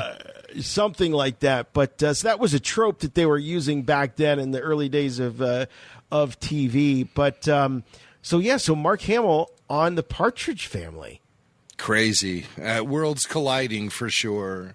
And Danny, of course, legendary member of the Partridge Family and someone who worked with Mark Hamill. And like I said, I've been looking for any excuse to have Danny on the show. And with Corvette Summer now available on Blu-ray, check it out. I think that it was just perfect timing to have Danny on the show. Great stories. It really good stuff. And it's hard to imagine, Jim, I mean, you were around in those days. You remember just what superstars the Partridge Family was. I think people look back on it now, especially younger people today, they look at it and they think, it's, kind of a cute or corny, sitcom from back in the day. But, not unlike the Brady Bunch, the Monkees, and others that came out at that time, they were just bona fide superstars. Oh, absolutely. Absolutely. I mean, David Cassidy was a hero to us all. Danny was someone we wanted to pal around with. And who didn't want to ride on that bus? I mean, come on.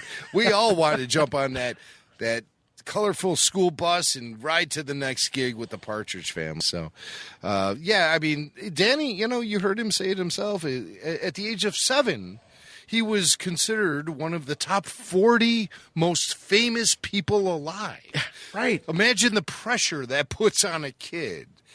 Sure. Yeah. Yeah.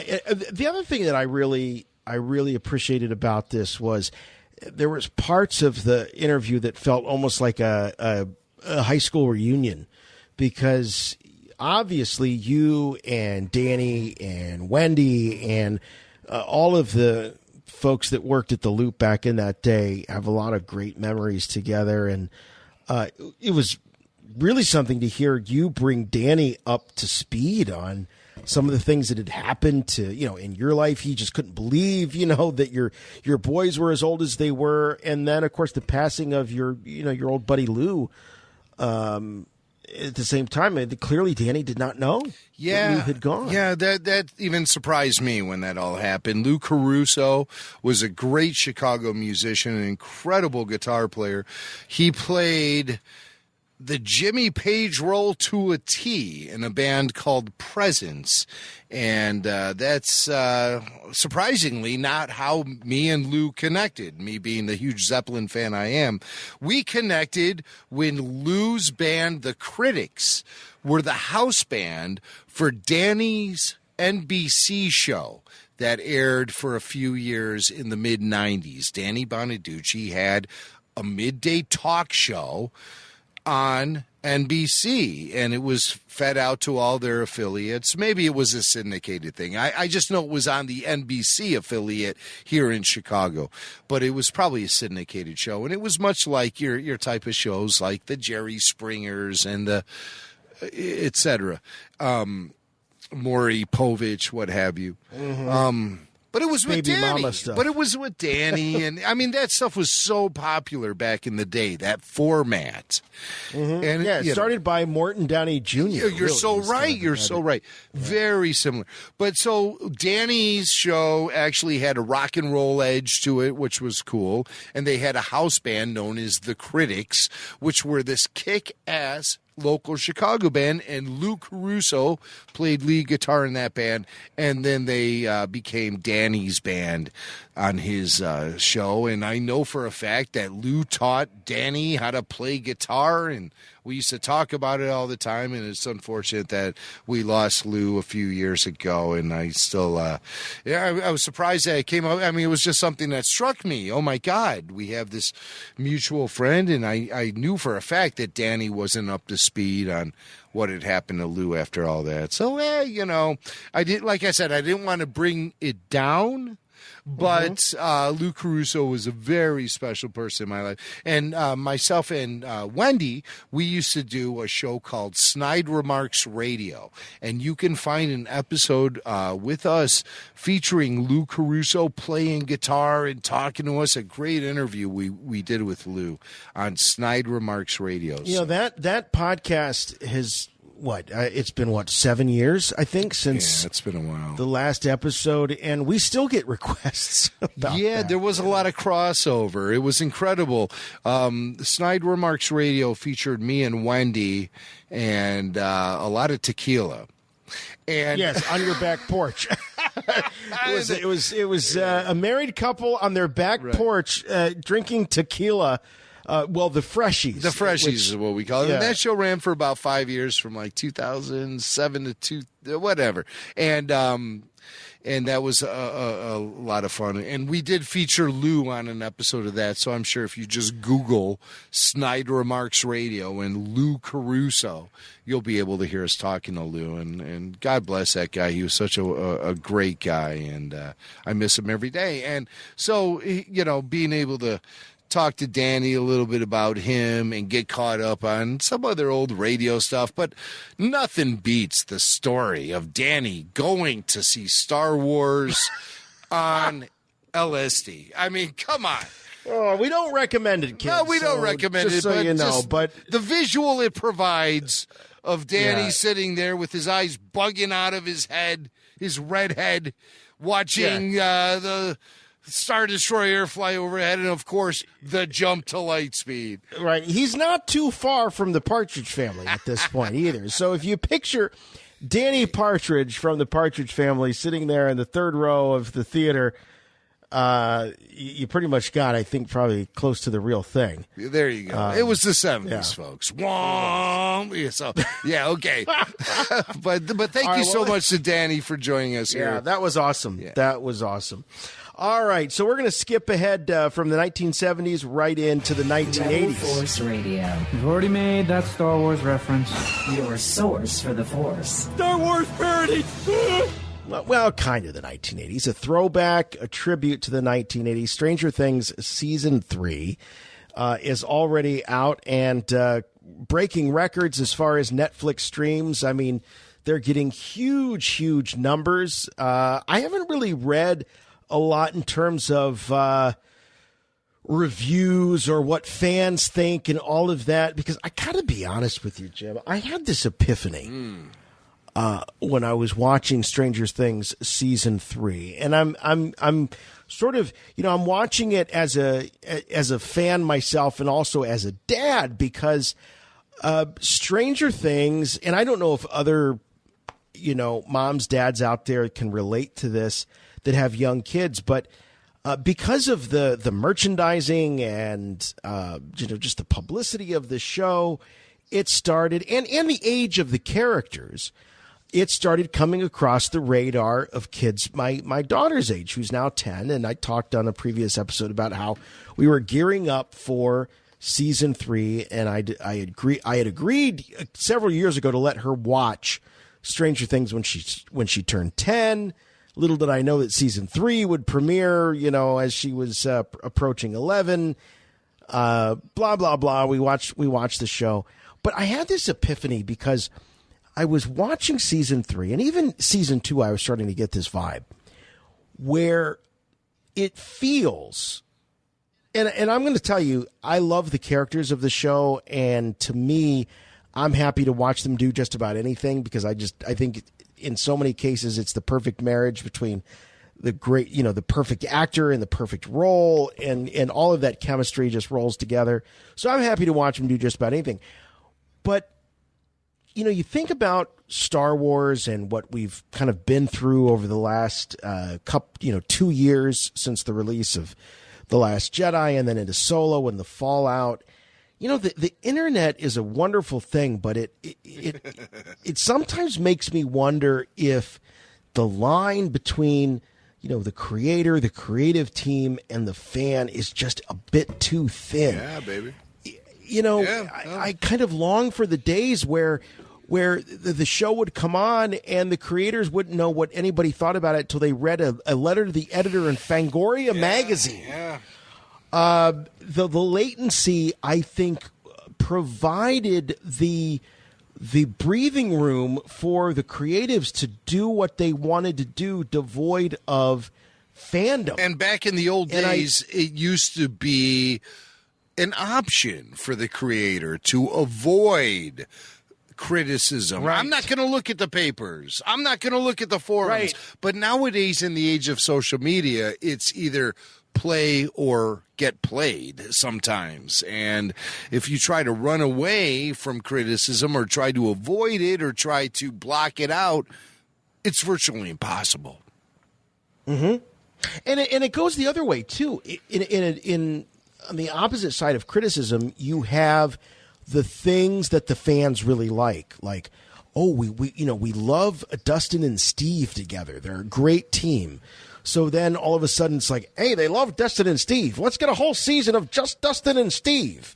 So things like that start to take form. And you know what?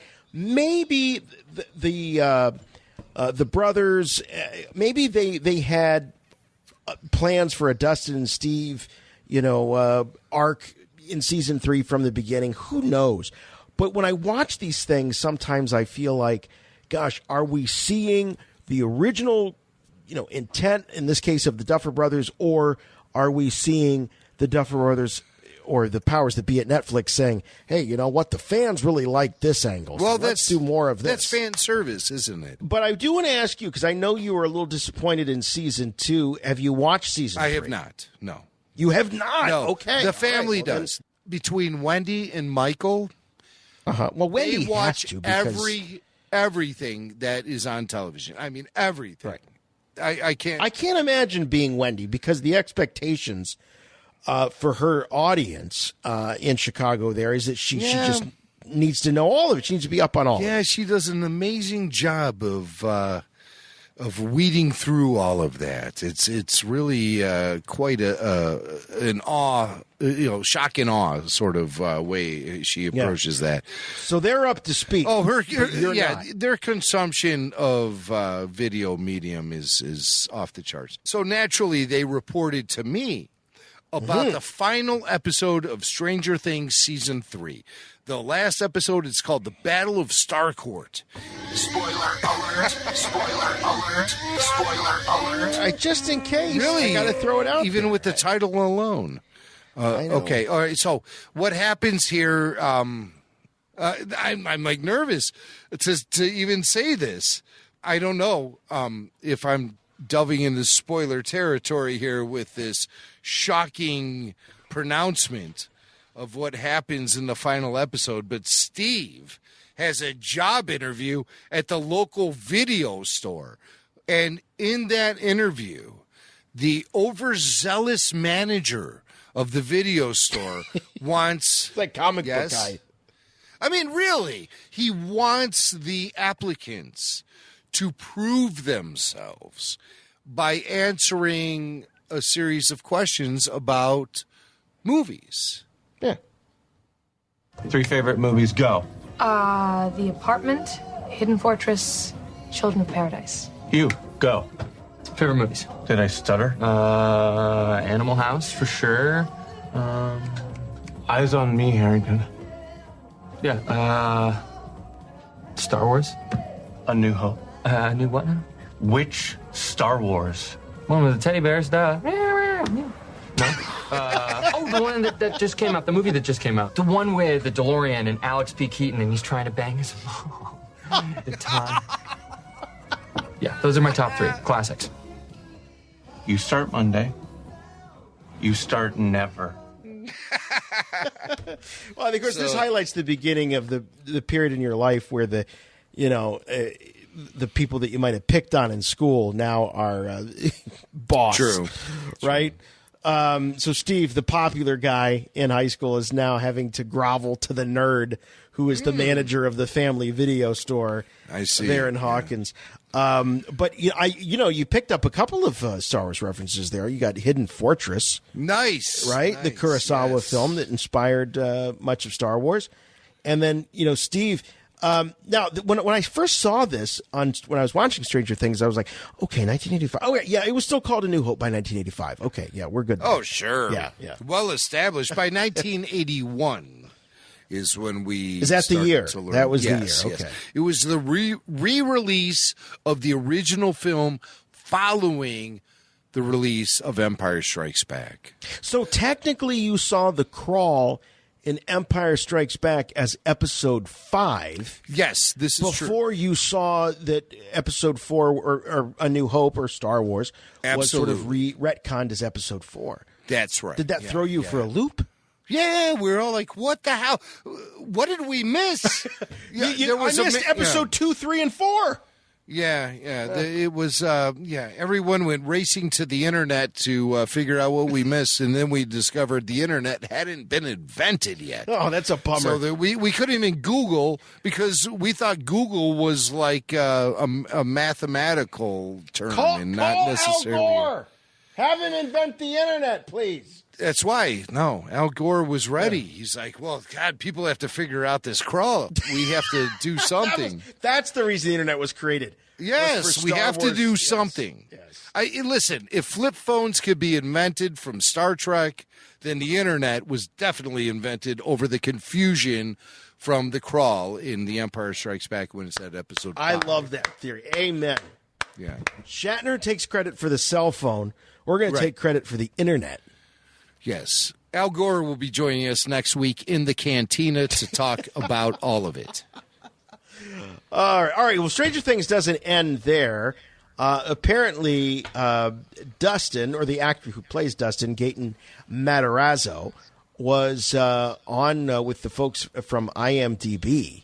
And is he a Star Wars fan? Is that what we're going to take from Yes. As a matter of fact, he's like notorious for being a Star Wars fan. So we hear some interesting comments from Dustin, most notably commentary about the controversial topic of actually remaking the original Star Wars films. Where does Gaten stand on all this? So if you could star in a remake of any movie or TV show, what would it be and why? When I'm older, I want to play Obi-Wan. Like, if they shouldn't remake any Star Wars movie. They shouldn't do any remakes. But, like, if they ever remake the originals, nuh-uh. But if they ask me to be Obi-Wan, I'm totally on board. Like, if I'm, like, 75 and they're like, you want to do this? I'm like, yeah, heck yeah. I'm totally doing it, even if I don't agree with them making a remake. I would totally want to be Obi-Wan. I like that he's willing to betray his principles just for the thrill of playing Obi-Wan Kenobi. Yes. Which, by the way, who of us wouldn't? Right? Who of us wouldn't? Like, if somebody came to me and said, hey, we're going to, I'm like the most unathletic person and the most unlikely to ever play Obi-Wan Kenobi on the face of the planet. If somebody comes to me and says, hey, we're going to remake, all the Star Wars movies, we're going to put you as Obi-Wan Kenobi, what am I going to say? Am I going to say no? And be like, okay. No. Sure. Even if they came at you and said, we want you to play Princess Leia, you'd be like, I'm in. I'm doing it. Yes. Give me the Star Puffs. If you're a professional actor, of course, you're going to pass along the Star Puffs. I'm ready to and do the it. Drapery. Yeah. With the belt. The drapery. So Gaten is he's a fan. And what's interesting, he's a huge fan, and he's displaying his puritanism. Yes. While at the same time looking for any opportunity he can to get into Star Wars. And it's interesting to hear him talk about it when you hear all of this fan support for Millie Bobby Brown to reprise the role of Princess Leia. You can't look at social media without hearing people I know, saying, but I got to be honest, I'm all for it. I would love to see it too. Yes, I would love to see it. I mean, the older, Carrie's not around older she anymore. gets, there is a resemblance, and there's also just a spirit about her. And I hope Millie Bobby Brown, by the way, who is my daughter's hero. Like my daughter wants to be. I can see those two connecting. Yeah, she wants to be Millie Bobby Brown. But there's something about her spirit that in her moxie that reminds me of Carrie Fisher. Again, I hope she makes better personal choices. But I think it would be great. I really do. And I'm also, one of the original Star Wars pundits to come out in fairly quick after Carrie Fisher's passing and said, recast the role. Let's get somebody else in there. And Kate Mulgrew, I was the first that I recommended. And thanks to Wendy, we actually had back on RFR a few months ago, an actual response from Kate Mulgrew about that. She probably still thinks about that every once in a while. Me as Princess Leia. Wow, that would be wonderful. That's Katharine Hepburn, who Kate Mulgrew played many times on stage and screen. But anyway, in terms of young Princess Leia, I'm, Paul Bateman, our pal, Paul's just dying for a Star Wars movie to be made that happens between episodes 4 and 5. And I'm on board with him. Let's see that. I think there's a lot of blue sky there, man. I know. A lot of blue sky. I know. But I got to tell you, I just think that Disney gave up way too quick on those standalone films. They really did. They just got get ready to bleep this, but they just really just chicken after Solo, because they knocked it way out of the park with Rogue One. Solo was a solid movie in my judgment, but it was sullied, and it was sort of being dragged down by the legacy of Episode 8. I just think they just gave up way too early. Episode 8 was truly a game changer as far as the perception of the brand and the franchise goes. That's why the decision was made to end it swiftly, put an end to the Skywalker saga, get out from the oppressive shadow of George Lucas, which has become an incredibly hard uphill battle for Disney. A serious reset is definitely part of their strategy moving forward. As far as the cinematic thing, I mean, overall. And you don't think episode 4.5 is it's about to happen? I think episode 4.5 will definitely happen. But, because Disney isn't going to give away the Star Wars brand. They're never going to stop milking the cow. And everyone knows the gold mine is the original trilogy.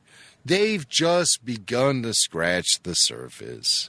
There might be some growing pains happening right now and some indecisiveness and some confusion.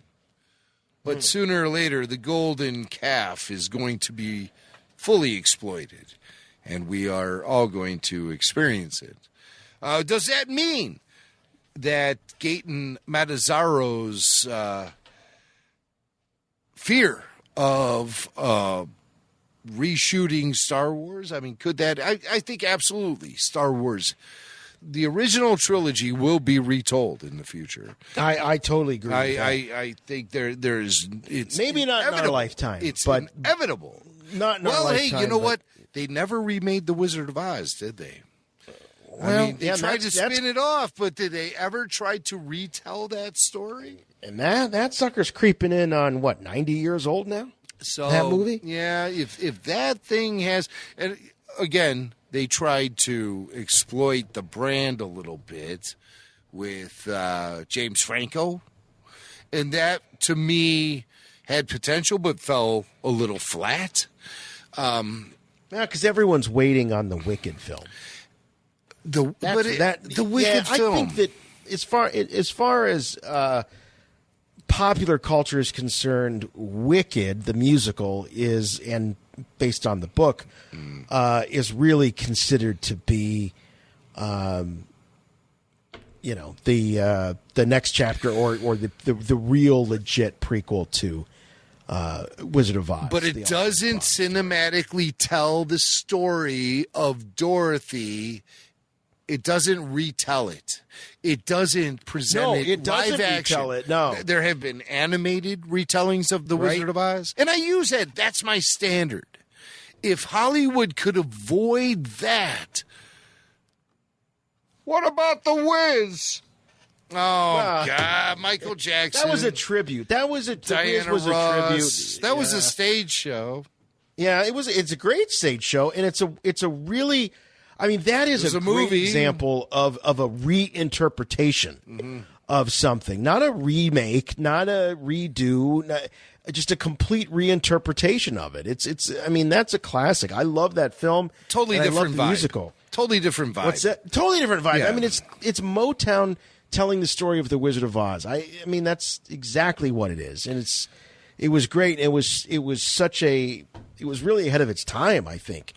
But there has been no Hollywood recreation note by note, beat by beat of the Wizard of Oz story. Or Gone with the Wind. Or Casablanca. Or The Godfather. Or The Godfather, which, yeah. We don't want I see that. I see that coming as a... But Star Wars. As a Netflix series. But someday. Star Wars. Star Wars. Could we ever see that? Yeah, I think I don't so. want to. I think we will. I mean, like I said, the future is endless.